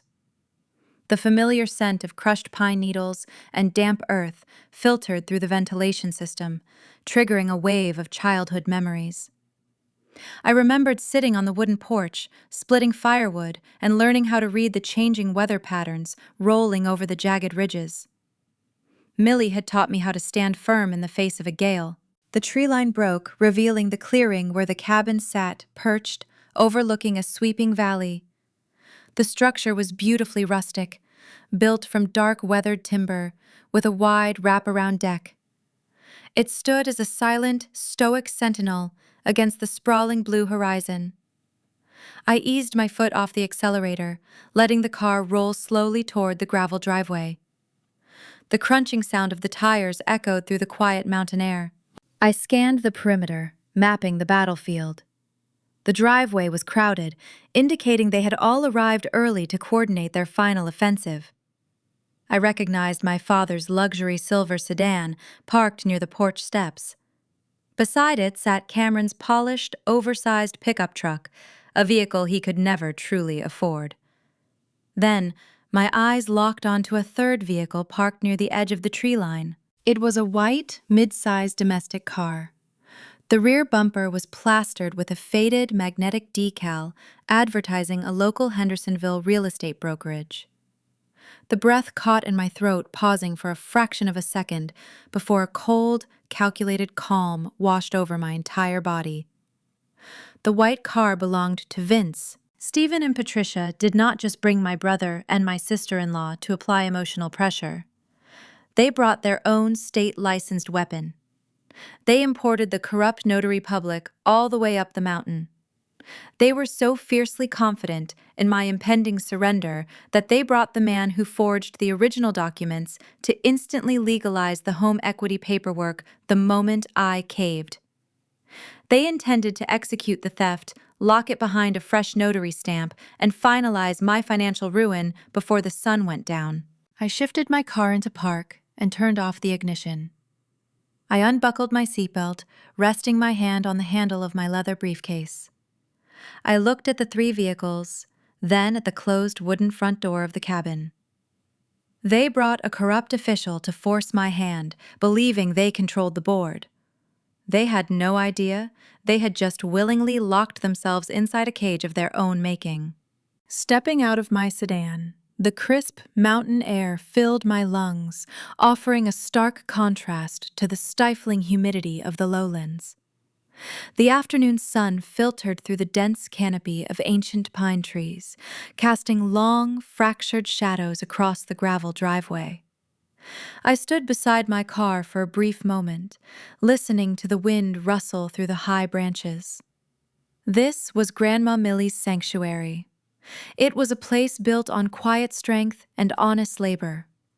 The presence of the three vehicles parked haphazardly near the porch felt like a profound violation of that peace. I reached into the pocket of my tailored trousers and slid my thumb over the smooth edge of my smartphone. I bypassed the lock screen and opened the voice memo application. A silent red dot appeared on the interface, indicating the microphone was active and recording. I slipped the device back into the dark fabric, letting it rest warm against my leg. I grabbed the thick leather handles of my briefcase. The weight of the documents inside anchored my posture. I walked up the wooden steps, my heels producing a steady, deliberate rhythm against the timber. I did not knock. This property belonged to me. I gripped the heavy brass doorknob, turned the latch, and pushed the heavy oak door open. The interior smelled of cedar-old stone from the grand fireplace and the faint, lingering scent of my grandmother's lavender soap. Dust motes danced in the shafts of sunlight streaming through the large A-frame windows. Arranged around Millie's antique pine dining table was the firing squad. They had positioned themselves strategically to project a unified, intimidating front. Stephen sat at the far head of the long table, his spine rigidly straight. He wore a crisp golf polo, a sartorial choice that looked entirely out of place in the rustic, weathered environment. Patricia sat immediately to his right, already clutching a crumpled tissue, her face arranged into a mask of theatrical distress. Cameron slouched on a wooden bench on the left side of the table. He was attempting to project the aura of a wounded, exhausted entrepreneur, resting his chin in his hands and staring at the floorboards. Ashley sat pressed closely beside him. Her posture was coiled and tense. Her manicured fingers tightly gripped the cream-colored calfskin of her $4,000 designer handbag, keeping the expensive accessory anchored to her lap rather than setting it on the floor. At the opposite end of the table near the kitchen threshold lounged Vince. The Hendersonville real estate broker wore a cheap, wrinkled suit jacket over a faded dress shirt. He leaned back in a chair that once belonged to my grandfather, twirling a brass rotary stamp between his fingers. The metallic tapping echoed through the quiet room. He offered a smug, self-satisfied grin, clearly envisioning the illicit payout he expected to receive once this transaction concluded. I closed the front door.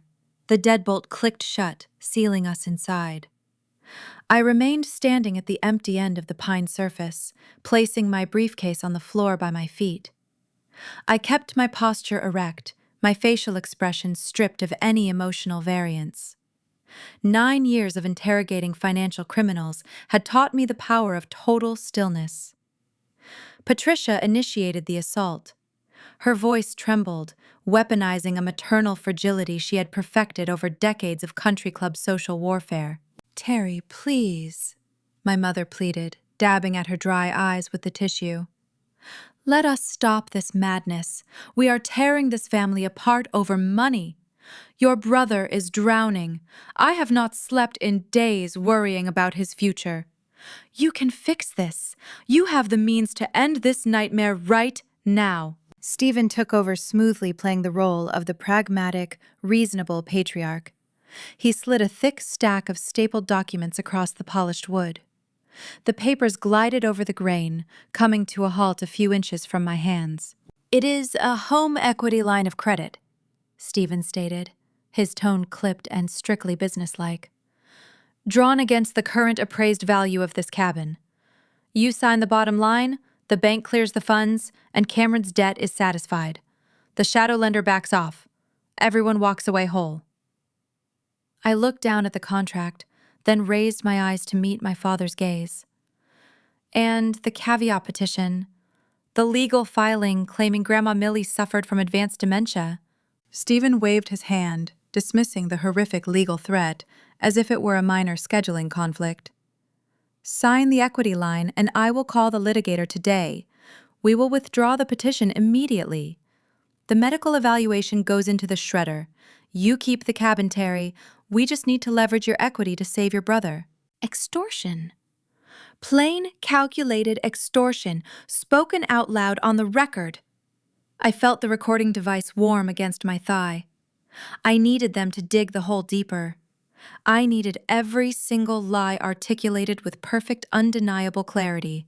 I want to make sure I understand the exact sequence of events, I said, my voice level sounding exactly like a bank auditor verifying a ledger. I shifted my focus to the wooden bench. Cameron shifted uncomfortably under my direct stare. Your craft brewery simply failed, Cameron? The market shifted, you ran out of operating cash and you were forced into default? Cameron leaned forward, rubbing his face to feign a deep, soul-crushing fatigue. The craft beer industry is saturated, Terry. The overhead ate me alive. I tried to pivot, but the supply chain issues drained our reserves. The cash just evaporated. I had no other choice but to seek alternative funding. He lied with remarkable fluidity. It was a smooth, rehearsed narrative of a struggling victim crushed by macroeconomic forces beyond his control. Ashley nodded in agreement beside him, her knuckles white against her designer purse. I shifted my attention to the far end of the room. And the original loan, the commercial advance that triggered this entire crisis. I stared directly into Vince's eyes. The real estate broker stopped twirling his brass instrument. You notarized that contract, Vince. You placed your official state seal next to a signature claiming to be mine. Vince sat up, puffing his chest out slightly, eager to assert his authority. I did, October 12th, right in my downtown office. You distinctly remember me sitting in your office. You physically watched me sign that guarantor agreement. Vince flashed a condescending smile, the kind of smirk reserved for people he believed were entirely beneath his intellect. Plain as day, sweetheart. I even checked your driver's license myself. I take my state commission very seriously. You cannot challenge a verified stamp in a court of law. It is ironclad. You fight this, you lose. I let the silence stretch. I allowed their fabrications to hang in the crisp mountain air, bouncing off the cedar walls and settling into the grain of the antique furniture. I catalogued their micro-expressions. Patricia's lack of actual tears, Stephen's rigid, impatient jaw, Cameron's averted gaze, Vince's unwarranted arrogance. They were so fiercely confident in their scheme. Patricia sniffled, offering one last pathetic plea. We just want to be a family again, Terry. Stephen reached into his shirt pocket and pulled out a silver fountain pen. He clicked the cap off and extended the writing instrument toward me across the wood. Sign the papers, Terry, Stephen commanded, dropping the diplomatic facade. Do the right thing. Save your family. I looked at the silver pen hovering in the air. I looked at the home equity contract resting on the pine surface. I reached down to the floor and picked up my leather briefcase. I set it gently on the table. The brass clasps released with a sharp, synchronized snap. I did not reach for the pen. Instead, I reached inside the leather compartment. My fingers found the heavy, smooth cardstock. I pulled out the 3 pristine, thick manila folders. I lifted them high enough for everyone to see the matching tan covers, forcing my father to recognize the exact physical replica of the weapon he had used at the funeral. Then I let go. The folders hit the pine table with a heavy, deafening thud. The impact of the 3 manila folders hitting the antique pine table echoed like a judge striking a sounding block. My father froze his outstretched hand, still holding the silver fountain pen. Patricia stopped dabbing her eyes. The theatrical grief vanished, replaced by a sudden, rigid uncertainty. I reached for the top folder. I flipped the cover open, exposing the neatly collated stack of evidence. I did not raise my voice. I did not tremble. I channeled the exact cadence I use when briefing the bank executive board on corporate embezzlement. Cold. Lethal. Precise. This first document, I began sliding a crisp white sheet across the wood toward my father, is an independent forensic analysis from Dr. Julian Keller. He is a court-recognized handwriting expert. He compared the signature on the commercial loan agreement against 10 years of my verified financial records. Stephen stared at the paper, but did not touch it. Dr. Keller concluded that the signature is a simulation, I stated, maintaining unrelenting eye contact. A forgery. The person who drew it made a fatal amateur mistake. They signed my maiden name. I have not used that surname in 3 years. My legal identification, my tax returns, and my banking profiles all reflect my married name. I shifted my gaze to the far end of the table. Which brings us to the notary. Vince shifted in his grandfather chair. The smug smirk faltered, replaced by a tight, defensive grimace. I slid the second stack of papers down the center of the table. You swore on the record that you verified my driver license in Hendersonville on the 12th of October. These are the encrypted security logs from my corporate headquarters in Charlotte. They include time-stamped keycard swipes and high-definition security camera stills. They prove unequivocally that I was badged in at my desk 110 miles away during the exact hour you claim I was sitting in your office. The brass rotary stamp slipped from Vince's fingers. It hit the hardwood floor with a sharp clatter, rolling under the table. He did not bend down to retrieve it. His complexion drained, shifting from a ruddy pink to a sickly pale gray. The realization of his perjury was manifesting physically. He realized he was no longer participating in a minor family dispute. He had signed his own name to a severe criminal conspiracy. I turned my attention away from the real estate broker. He was merely a hired gun, a desperate man looking for a quick bribe. It was time to address the architect of this disaster. I looked at my brother. Cameron was no longer resting his chin in his hands. He was sitting bolt upright, his chest rising and falling in rapid, shallow breaths. The facade of the weary, downtrodden entrepreneur was dissolving, revealing the panicked coward underneath. You spun a very compelling story about a failing craft brewery, I said, my tone flattening into a clinical, diagnostic rhythm. You claimed the market shifted and the overhead devoured your operating cash. It sounds like a tragic victim narrative. The problem is, I know how to read a disbursement ledger. I extracted the next packet of evidence, fanning the pages out so everyone could see the distinct corporate logos and official state seals. The shadow lender approved $130,000. But that cash never reached your brewery operating account. It never paid a single vendor. It never covered payroll. I tapped my index finger against the top page directly over the highlighted routing sequence. You directed the funds into an entity called Apex Logistics, a Delaware holding company registered using your exact residential billing address, just 3 weeks prior to your default. Patricia let out a sharp, choked gasp. She looked at Cameron, her eyes wide with a creeping, horrific confusion. "Terry, what are you talking about?" my mother asked, her voice cracking under the weight of genuine bewilderment. "Cameron needed that money to keep the doors open." "He never intended to keep the doors open," I replied, keeping my focus locked on my brother. He pillaged his own sinking ship. He orchestrated a deliberate extraction, funneling the loan into a private offshore digital wallet. Cameron swallowed hard. His Adam's apple bobbed. Sweat beaded along his hairline, catching the afternoon sunlight streaming through the A-frame windows. He thought he was brilliant, I continued, unyielding in my delivery. He tied the debt to my forged signature, leaving me to face the collections agency, the property lien, and the destruction of my career while he sat on a hidden fortune in the Cayman Islands. He let you both panic. He let you attempt to steal Grandma Millie's cabin, all while he was secretly hoarding the cash. Stephen's face contorted. The pragmatic patriarch illusion shattered, replaced by a visceral, burning betrayal.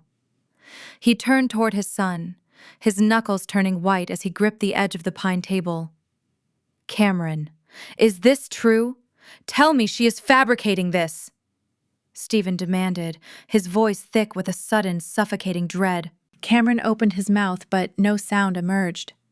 His vocal cords seemed paralyzed by the sheer volume of indisputable data stacked in front of him. He looked down at his lap, unable to meet his father's eyes.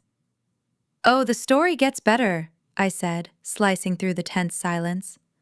I pulled the final sheet of paper from the dossier. It was the blockchain market graph, printed in vivid color. Cameron did not just hoard the stolen capital. He wanted a shortcut. He invested every single penny into a highly speculative, unregulated digital token.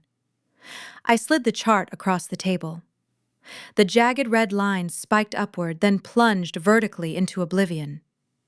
He fell victim to a pump-and-dump scheme. The anonymous developers liquidated the liquidity pool. The asset crashed to zero within 48 hours. I let the finality of the statement resonate through the cedar room. The silence was heavy, oppressive, and utterly magnificent. He did not just steal $130,000. He incinerated it. The money is gone. There is no secret nest egg. There is only a severe, high-interest commercial debt, and none of you have the liquidity to pay it back. Ashley reacted instinctively. The cream-colored calfskin designer purse she had been gripping so tightly suddenly became a glaring $4,000 beacon of guilt. She yanked the handbag off her lap, shoving it awkwardly behind her legs, attempting to hide the luxury item she had purchased with stolen funds. The gesture was clumsy, desperate, and profoundly pathetic. She realized the money funding her performative internet lifestyle was ashes. Patricia buried her face in her hands. A low, wretched keen escaped her throat. It was not a performative display for an audience. It was the raw, guttural sound of a mother realizing she had sacrificed her daughter to protect a son who had conned them all. She had traded her integrity, alienated her only responsible child, and threatened her own sister's daughter with blackmail, all to save a boy who was picking their pockets. Stephen, however, refused to surrender. Cornered men rarely capitulate gracefully. They lash out. He slammed his fist onto the table, causing the silver fountain pen to jump. "This is nonsense!" Stephen roared, his face flushing a deep, angry crimson. "You printed a few graphs off the internet. Paper can be faked. Spreadsheets can be manipulated. You are trying to deflect from your own selfish refusal to help this family. None of this proves anything in a court of law." I watched him rage, feeling a profound sense of tranquility wash over me. He was clinging to the last shred of denial, hoping that volume and bluster could somehow overwrite reality. He thought this was merely a civil dispute. He believed the worst outcome was a messy family estrangement and a complicated probate battle over the mountain real estate. He assumed he could still bully his way out of the corner by attacking the messenger. He had no idea about the true scale of the trap I had built. I reached into the leather briefcase one final time, sliding my hand past the empty folders. My fingers wrapped around the cool, sleek aluminum chassis of my digital tablet. I pulled the device out and placed it gently upon the wood, right next to the forensic reports. I tapped the glass screen, waking the device, and bringing the loaded applications into bright, inescapable focus. Stephen was wrong. I had not just brought printed spreadsheets. I had brought the federal government, and the execution stroke was locked, loaded, and waiting for my command. The glow of the digital screen illuminated the sudden apprehension etched across my father's face. I tapped the security icon, unlocking the device, and swiped upward to display the two internet browser windows I had prepared before driving up the mountain. I rotated the tablet, sliding it across the antique pine wood so the high-resolution display faced the center of the room. You see, Stephen, you are operating under a fundamental misunderstanding of jurisdiction, I explained, keeping my vocal cadence as steady as a metronome. You believe this is a local civil dispute. You think the worst possible outcome is a messy probate battle in a county courthouse where you can leverage your golf buddies and country club connections to muddy the waters. You assume that because we share a bloodline, the legal system will treat this forgery as a simple family misunderstanding. I pointed to the left side of the tablet screen. Forging a document to secure a local auto loan is a state issue, I continued, my eyes scanning the terrified faces around the table. But Cameron did not use a local bank. He used a shadow lender headquartered in Nevada. Then he routed those illicit funds through a holding company registered in Delaware. Finally, he executed an international wire transfer to a cryptocurrency exchange in the Cayman Islands. The silence in the cedar room grew so dense, it felt suffocating. I let the geographical reality sink into their minds. When you utilize electronic communications to move stolen capital across state borders and international boundaries, you bypass local law enforcement entirely. You enter federal territory. This is not a family misunderstanding. The United States Department of Justice classifies this specific sequence of events as federal wire fraud and bank fraud. I tapped the glass, enlarging the first browser window. The official, unmistakable blue and gold seal of the Federal Bureau of Investigation filled the screen. This is the Internet Crime Complaint Center portal, I stated, gesturing to the filled text boxes on the display. Every single field is populated. I have attached the forensic handwriting analysis, the badge logs, proving my location, the Delaware corporate filings, and the blockchain ledger tracing the stolen digital tokens. I swiped to the second browser window, revealing a stark utilitarian government form. This is a Suspicious Activity Report, commonly known as a SAR. As a certified investigator for a federally insured financial institution, I am legally obligated by the Financial Crimes Enforcement Network to report any confirmed instance of systemic fraud tied to my identity. Failing to file this document would make me an accessory to your crime. It would cost me my career. I am not losing my livelihood to subsidize a thief. I shifted my gaze away from my family, turning my full, unrelenting focus onto the real estate broker sitting near the kitchen threshold. Vince had stopped breathing. His hands gripped the armrests of his grandfather chair so fiercely his knuckles appeared translucent. I have not clicked submit yet, I told him, dropping my voice to a sharp, chilling whisper. Vince swallowed his throat, making an audible clicking sound in the quiet room. I know how men like my father operate, Vince. Stephen will hire a formidable defense attorney. He will claim he knew nothing about the forgery. Cameron will claim he was a naive victim of hackers. They will close ranks to protect their own blood, and they will need a scapegoat. They will point the finger directly at the state-licensed official who applied the fraudulent seal. You are not a member of this family. You are disposable to them. I reached into my briefcase and pulled out a blank notepad, sliding it across the table, along with a black ballpoint pen. When the federal agents review this file, they will see a licensed notary public who facilitated a 6-figure interstate wire fraud scheme. The penalties for a state ethics violation might involve a revoked license and a fine. The sentencing guidelines for federal conspiracy involve decades in a federal penitentiary. You will lose your brokerage. You will lose your freedom. You will lose everything you have ever built, all for whatever meager bribe my father slipped into your pocket. I looked at the digital clock on my tablet screen. You have exactly 3 minutes, I announced, my tone stripped of any remaining empathy. You can pick up that pen and write a sworn, detailed confession right now. You will outline exactly who paid you, how much they paid you, and the precise circumstances surrounding the fake signature. If you hand me that confession, I will include it in the federal report, noting your full cooperation. It might save you from the maximum sentence. If the clock strikes 3 minutes and this paper is blank, I click submit, and you take the full, unfiltered impact of the United States government. The psychological collapse of a corrupt man is a fascinating, instantaneous event. Vince did not hesitate. Loyalty among thieves is an illusion, shattered by the threat of genuine consequences. He lunged out of his chair, scrambling toward the table, with an uncoordinated, frantic desperation. He grabbed the black ballpoint pen, his hands shaking so violently he nearly dropped it. He hunched over the notepad and began to write, the pen scratching furiously against the paper. Stephen jumped up from his seat, his face twisting into a mask of betrayed fury. "Vince, what are you doing? Stop writing!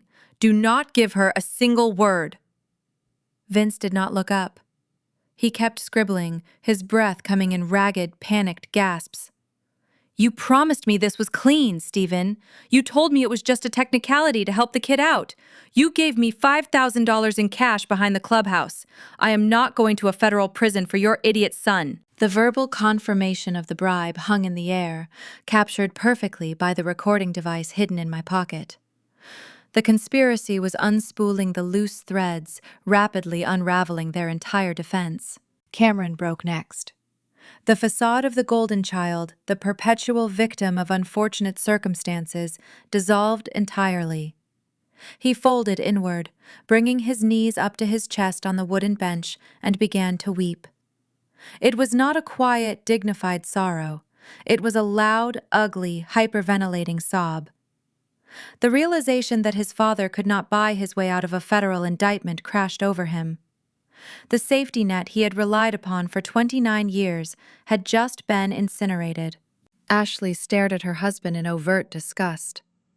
The illusion of her wealthy, upwardly mobile lifestyle was shattering before her eyes. She clutched her cream-colored designer handbag against her chest, tears ruining her carefully applied makeup, realizing she was married to a destitute felon. Patricia remained frozen in her chair, her eyes darting between her sobbing son, the frantic notary, and her enraged husband. Her perfect, manicured world was collapsing, and the daughter she had deemed nothing more than a beast of burden was holding the sledgehammer. I waited until Vince filled the entire page, signed his name, and pushed the notepad toward me. I picked up the paper, scanning the frantic, legible handwriting, ensuring every element of the bribe and the forgery was documented. I folded the confession, slipping it into my tailored jacket. I tapped the screen of my tablet, hitting the submit button on both the federal banking report and the cybercrime portal. The loading wheel spun for a fraction of a second before a green confirmation banner appeared. "It is done," I said, closing the tablet cover. I reached into my briefcase one final time. I bypassed the thick manila folders and extracted a single crisp sheet of premium letterhead. It bore my professional monogram at the top, followed by a formal, itemized grid. I walked over to the head of the table and placed the document directly in front of my father. Stephen stared at the paper, his chest heaving. "What is this?" he demanded, his voice devoid of its usual authority. "It is an invoice," I replied smoothly. I stepped back, watching his eyes dart across the printed text. "You always taught me that family pays family, Stephen. You instilled the belief that I was the responsible one, the designated fixer for every mess this family created. While I fixed it, I unraveled a complex offshore financial crime, secured a legally binding confession, and fulfilled my compliance obligations." I gestured toward the itemized list. "My professional consulting rate as a senior fraud investigator is $350 an hour. I spent precisely 40 hours pulling security logs, analyzing blockchain data, consulting with a forensic document examiner, and tracing Delaware corporate filings. The total bill is $14,000, payable within 30 days. I accept certified checks or direct wire transfers. Stephen looked up at me, his expression a chaotic mixture of profound shock and genuine, undeniable fear. He finally understood that the subservient daughter he thought he could manipulate no longer existed. In her place stood a formidable adversary who weaponized the exact skills he had forced her to learn. I stood in the center of the cedar room, surrounded by the wreckage. Vince was staring blankly at the floor, contemplating his ruined career. Cameron was crying into his hands, a broken boy, facing the terrifying reality of accountability. Ashley was mentally calculating her exit strategy. Patricia was staring at me, a stranger, recognizing a threat she could never hope to control. The family unit was effectively dead, suffocated by the weight of their own deceit. I had engineered their destruction, using nothing but their own arrogance and a trail of undeniable data. The trap had sprung, the payoff was delivered, and it was finally time to draw the absolute impenetrable boundary.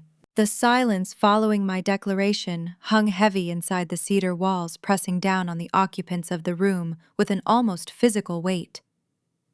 My father remained frozen, staring at the itemized invoice resting near his fingertips. He possessed no remaining leverage. His bluster had evaporated, leaving behind a hollow, terrified shell of a man who finally understood the catastrophic cost of his own arrogance. My mother recognized the definitive shift in power. Patricia operated on a primal instinct for social survival, and she instantly calculated that intimidation was no longer a viable strategy. Her carefully constructed facade of upper-class superiority crumbled. She discarded the role of the indignant matriarch and pivoted to the only weapon she had left in her arsenal. She collapsed. It was not a graceful descent. Patricia dropped to the rustic hardwood floor, her knees striking the pine boards with a dull, heavy thud. Her designer slacks wrinkled and gathered around her shins. She scrambled forward, closing the distance between us until she was kneeling directly at my feet. The perfect salon-styled layers of her hair fell across her face, obscuring her vision. "Terry, please!" she wailed, her voice escalating into a frantic, shrill register. "You cannot do this. You have to recall those reports. Call the bank. Log back into that government portal and cancel the submission. Tell them it was an error. Tell them you were confused." She reached out with trembling hands, attempting to grasp the fabric of my trousers. I took a deliberate step backward, severing the potential for physical contact. Her fingers grasped empty air. "He is your brother!" she sobbed, pointing a shaking finger toward the wooden bench where Cameron remained curled into a tight, trembling ball. "He is soft, Terry. He is not built for consequence. He will not survive a federal indictment. They will lock him in a cage. You are sending your own flesh and blood to prison over money. You can afford to let this go. You have a beautiful career. Please, have mercy on us."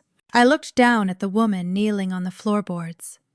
For 3 decades, this person had dictated the terms of my existence. She had manipulated my desire for maternal affection, transforming my achievements into a shield for her preferred child. I searched my chest for a flicker of pity, a lingering echo of the dutiful daughter who used to crave her approval. I found nothing.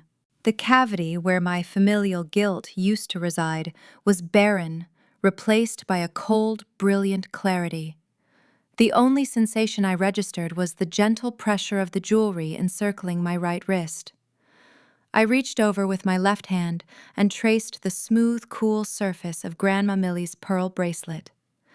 The luminescent beads offered a grounding, tactile reminder of what genuine, unselfish love actually felt like. Millie never asked me to set myself on fire to keep someone else warm. "You do not get to invoke mercy," I stated, my voice radiating a chilling frost that lowered the temperature in the room.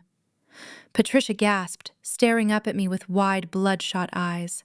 The tears streaming down her face were real now, born from the terrifying realization that her emotional manipulation held zero currency.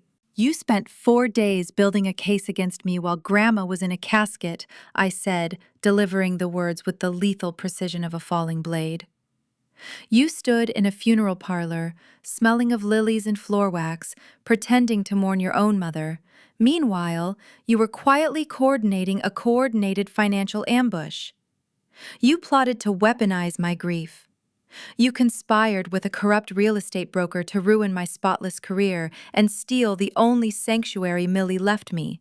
I stepped closer, forcing her to crane her neck to maintain eye contact. "You built this trap," I whispered, ensuring the acoustics of the cabin carried every single syllable to the far corners of the room. "I just closed the door." Patricia let out a guttural, devastating wail and slumped forward, resting her forehead against the rough grain of the floorboards.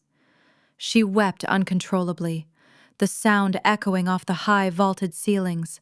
I shifted my focus away from her, addressing the rest of the room. Stephen had finally looked up from the invoice, his face ashen. Cameron continued to hyperventilate into his hands. Ashley stood frozen near the kitchen, her expensive handbag still clutched tightly against her chest, her eyes darting nervously toward the exit. Vince remained paralyzed in his chair, a ruined man, contemplating his impending legal doom. "The transactional nature of our relationship concludes today," I announced, establishing the new architecture of our reality. "The era of the responsible daughter is officially over. You will learn to navigate the wreckage of your own decisions without my capital and without my protection." I squared my shoulders, projecting an immovable, formidable presence. "Listen to me very carefully, because I will not repeat these parameters I instructed, ensuring my tone carried the rigid authority of a binding legal decree. From this second forward, you are permanently excised from my life. You will not call my personal cellular device. You will not send text messages. You will not attempt to bypass my digital blocks by utilizing restricted numbers or third-party applications. If a single piece of correspondence arrives at my corporate office or my residential mailbox bearing your return address, it will be handed directly to private security." I pointed toward the large A-frame windows framing the majestic peaks of the Blue Ridge Mountains. "This cabin belongs to me," I declared, cementing my territorial claim. "It is my private sanctuary. You will never set foot on this soil again. My primary residence in Charlotte is equally restricted. If I see your vehicles on my street, if you approach my husband, if you attempt to orchestrate another surprise ambush in a public venue, I will not hesitate. I will march straight into the Mecklenburg County Courthouse and file comprehensive restraining orders against every single person in this room. I will press trespassing charges, and I will use the surveillance footage from my properties to ensure you are arrested on site." Stephen opened his mouth, attempting to salvage a shred of his shattered patriarchal authority. "Terry, you cannot just erase your family." "I already did," I replied, severing his sentence before it could fully materialize. I turned my back on the architect of my childhood misery. I walked over to the antique pine dining table.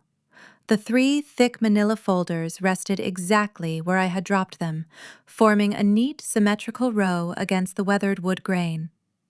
Resting atop the center folder was the crisp, white sheet of my itemized professional invoice. The visual geometry of the arrangement offered a profound, morally satisfying symmetry. A few weeks ago, my father had placed a similar tan folder on the polished glass of a mahogany coffin, attempting to bury me under a mountain of illicit debt. Today, the roles were reversed. I was leaving the evidence of their destruction on a table, providing them with a comprehensive ledger of their own fatal mistakes. I was walking away, leaving them trapped in a prison of their own design. I did not offer a final goodbye.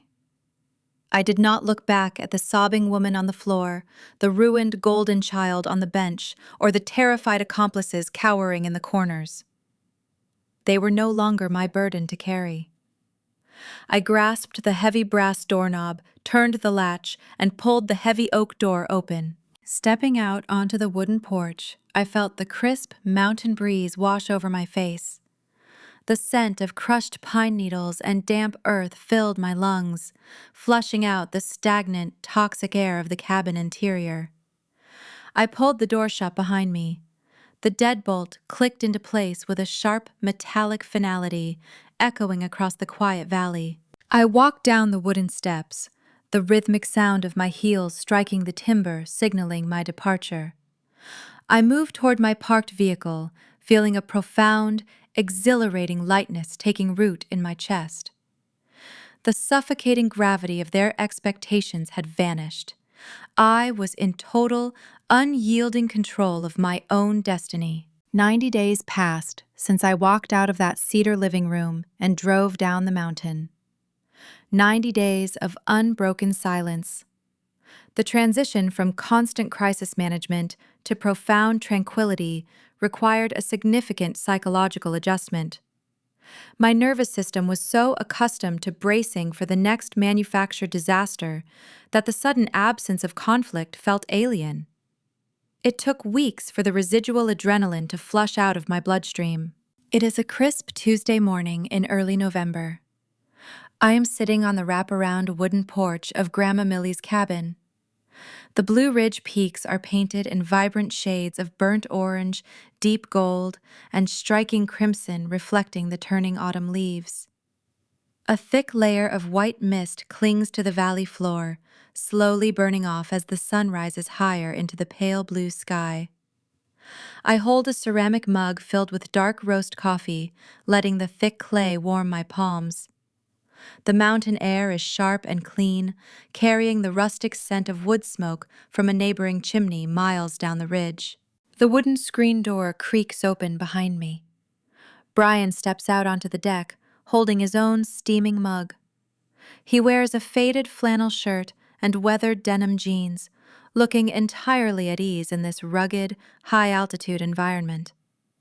He pulls up a wooden rocking chair and sits beside me, resting his hand gently over mine. He does not ask if I am all right. He knows I am. Brian stood by my side through the darkest elements of the past few months, offering quiet, steadfast support while my biological relatives tried to dismantle my existence. He represents my chosen family, the partner I selected to build a stable, honest future alongside. The professional fallout resolved with clinical, satisfying efficiency. The Monday following the cabin confrontation, I walked into the Human Resources Department at my corporate headquarters in Charlotte. I handed the vice president a comprehensive binder containing the federal confirmation receipts, the forensic handwriting analysis, and a digitized copy of the signed confession I extracted from the corrupt notary. The internal investigation concluded within 48 hours. My employment record was scrubbed clean of any derogatory marks. The Compliance Division reviewed my handling of the offshore crypto tracing and realized I possessed analytical skills far exceeding my current pay grade. 3 weeks later, I received a formal promotion to senior investigator, accompanied by a corner office overlooking the city skyline and a substantial salary increase. The banking executives recognized that anyone capable of dismantling a complex interstate wire fraud ring over a weekend was a formidable asset they needed to retain. The justice meted out to the conspirators arrived with swift, uncompromising severity. Federal authorities do not operate on the leisurely timelines of local county courts. They moved rapidly, securing search warrants and freezing illicit accounts. Vince was the first casualty of the investigation. The state licensing board revoked his notary commission and stripped his real estate brokerage credentials permanently. He avoided a maximum federal prison sentence solely because he provided the written confession tying my father and brother to the crime. However, avoiding a concrete cell did not spare him from ultimate financial ruin. Last week, a colleague forwarded me a photograph taken at a big box hardware store down in Hendersonville. Vince was wearing a bright orange uniform vest, standing by the automatic sliding doors, greeting customers as they walked inside. He traded a lucrative, prestigious career for a meager hourly wage, all for a $5,000 bribe he never even got to keep. Ashley demonstrated her trademark self-preservation instincts the exact moment the federal agents knocked on their suburban front door. She recognized the luxury facade was shattered beyond repair. She did not stand by her husband during his darkest hour. Instead, she filed for divorce the very next morning, citing irreconcilable differences and attempting to distance herself from the impending criminal charges. She packed her designer luggage, abandoning the rented house and the imported sports utility vehicle, leaving Cameron to face the justice system entirely alone. Her social media accounts were swiftly deactivated, erasing her performative lifestyle from the internet landscape.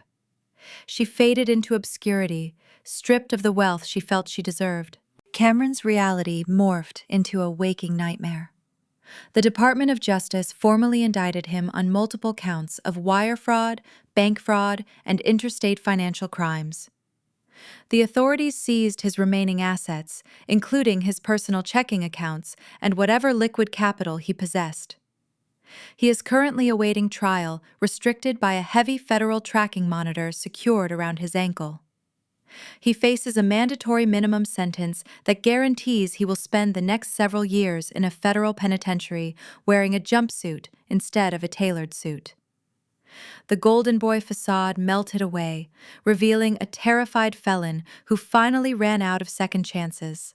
The most profound poetic justice, however, fell upon Stephen and Patricia. They spent their entire adult lives shielding their preferred child from the consequences of his actions. They finally succeeded in experiencing those consequences themselves. Federal defense attorneys require exorbitant retainer fees. Because Cameron's assets were frozen and subject to government seizure, my parents were forced to liquidate their own wealth to fund his legal representation. They placed their pristine suburban estate on the market, selling it at a significant loss to secure a rapid cash transaction. They emptied their retirement portfolios and surrendered their prestigious country club memberships. Their wealthy friends quickly distanced themselves, treating the fraud indictment like a highly contagious disease. Stephen and Patricia moved into a cramped two-bedroom apartment on the industrial outskirts of Asheville. They ruined their golden years, their financial security, and their social standing to defend a son who stole from them. They engineered their own demise. I take a slow sip of my coffee, letting the rich, dark flavor coat my tongue. I set the ceramic mug down on the wooden railing. I reach up with my free hand and touch the base of my throat. Resting against my collarbone is Grandma Millie's signature pearl necklace. I retrieved it from the estate after the probate court dismissed my parents' fraudulent medical claims. The judge threw out their petition the moment the federal indictments became public record, cementing my rightful legal ownership of the property. I traced the smooth, luminescent surface of the central pearl.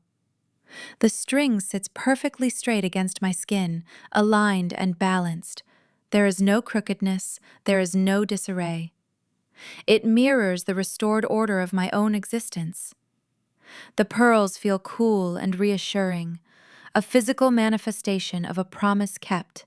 I look out over the sprawling, majestic expanse of the Blue Ridge Valley, watching the sunlight illuminate the distant peaks.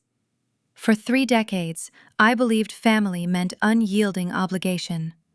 I thought it meant absorbing the blows, carrying the heavy weight, and paying the debts generated by people who shared my genetic code. I thought setting boundaries meant I was a bad daughter who failed to honor her bloodline. I was wrong.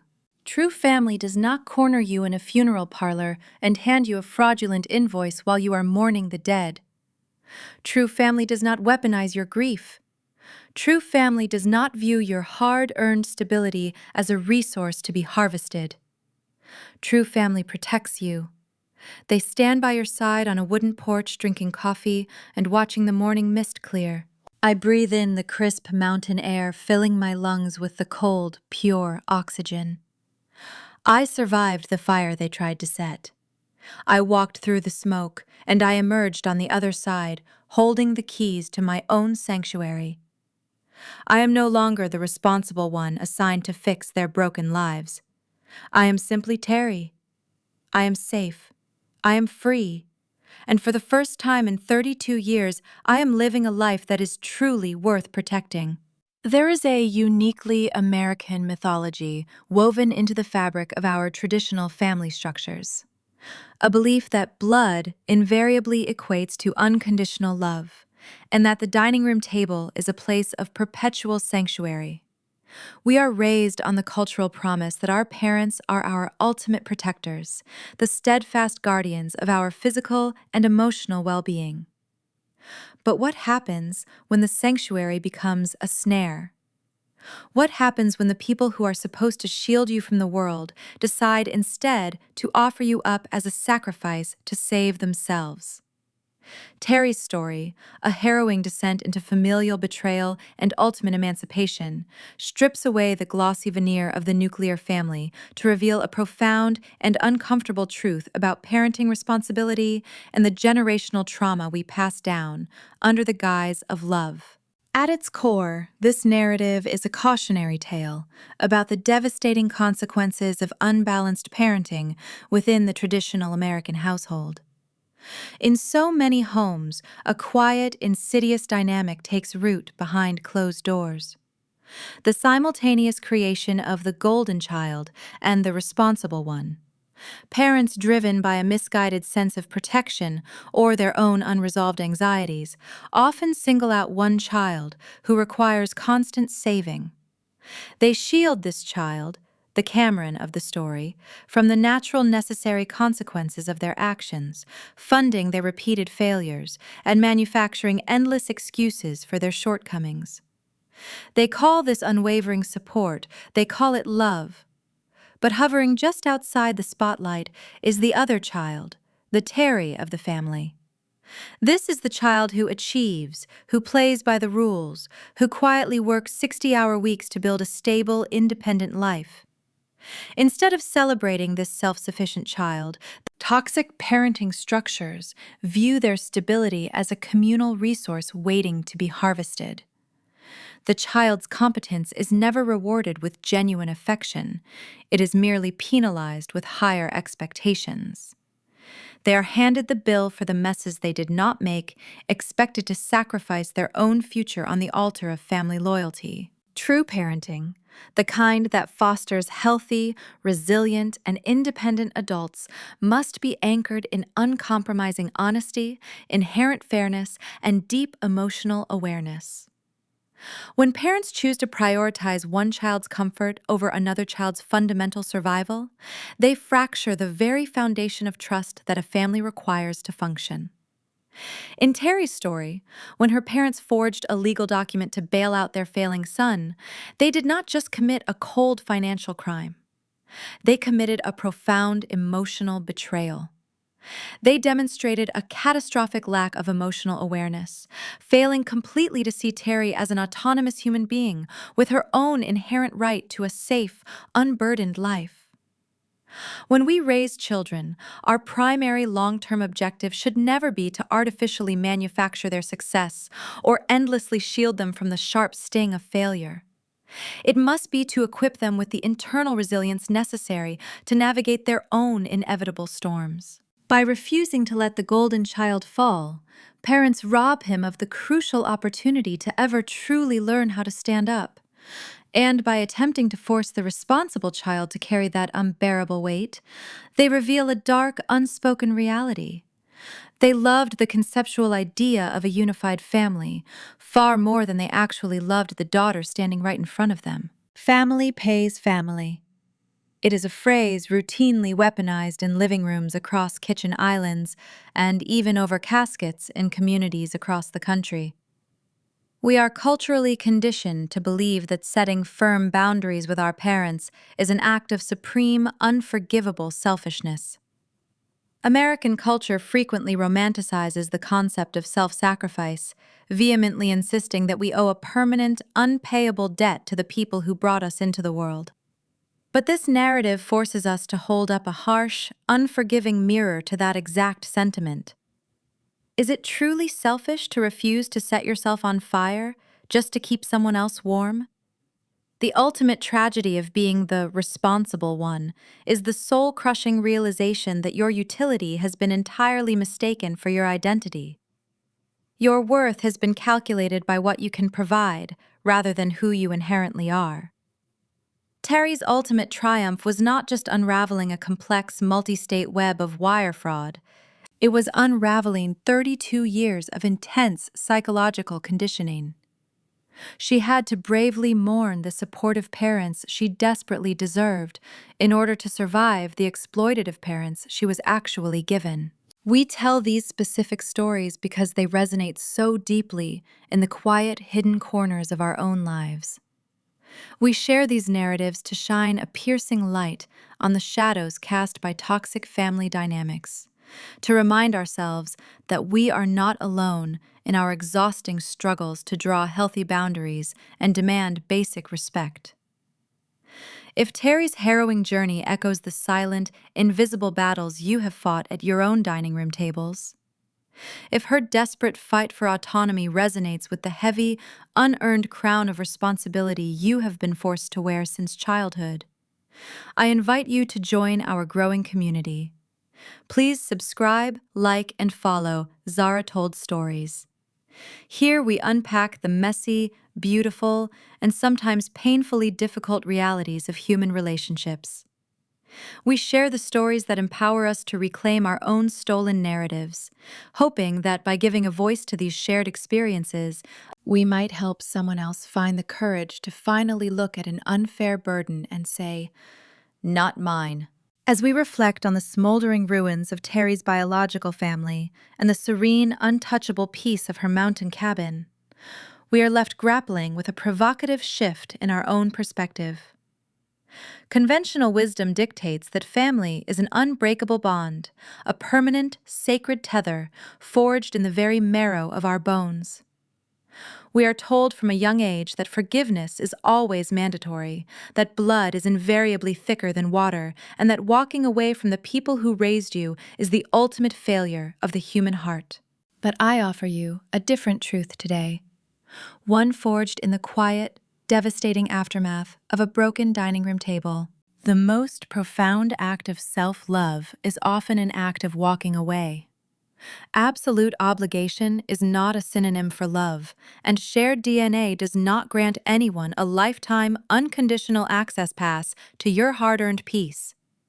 The ultimate goal of raising a child should be to make them strong enough to leave you and wise enough to know exactly when they must. Sometimes the only way to truly honor your family is to bravely break the generational curses they adamantly refuse to acknowledge. Look closely at the boundaries you have drawn in your own life, or perhaps the ones you are still too afraid to sketch. If your sudden absence brings you more peace than their constant presence ever could, were you ever truly home? Or were you simply the load-bearing foundation they stood upon, waiting in the dark for the day you would finally step aside and let the house fall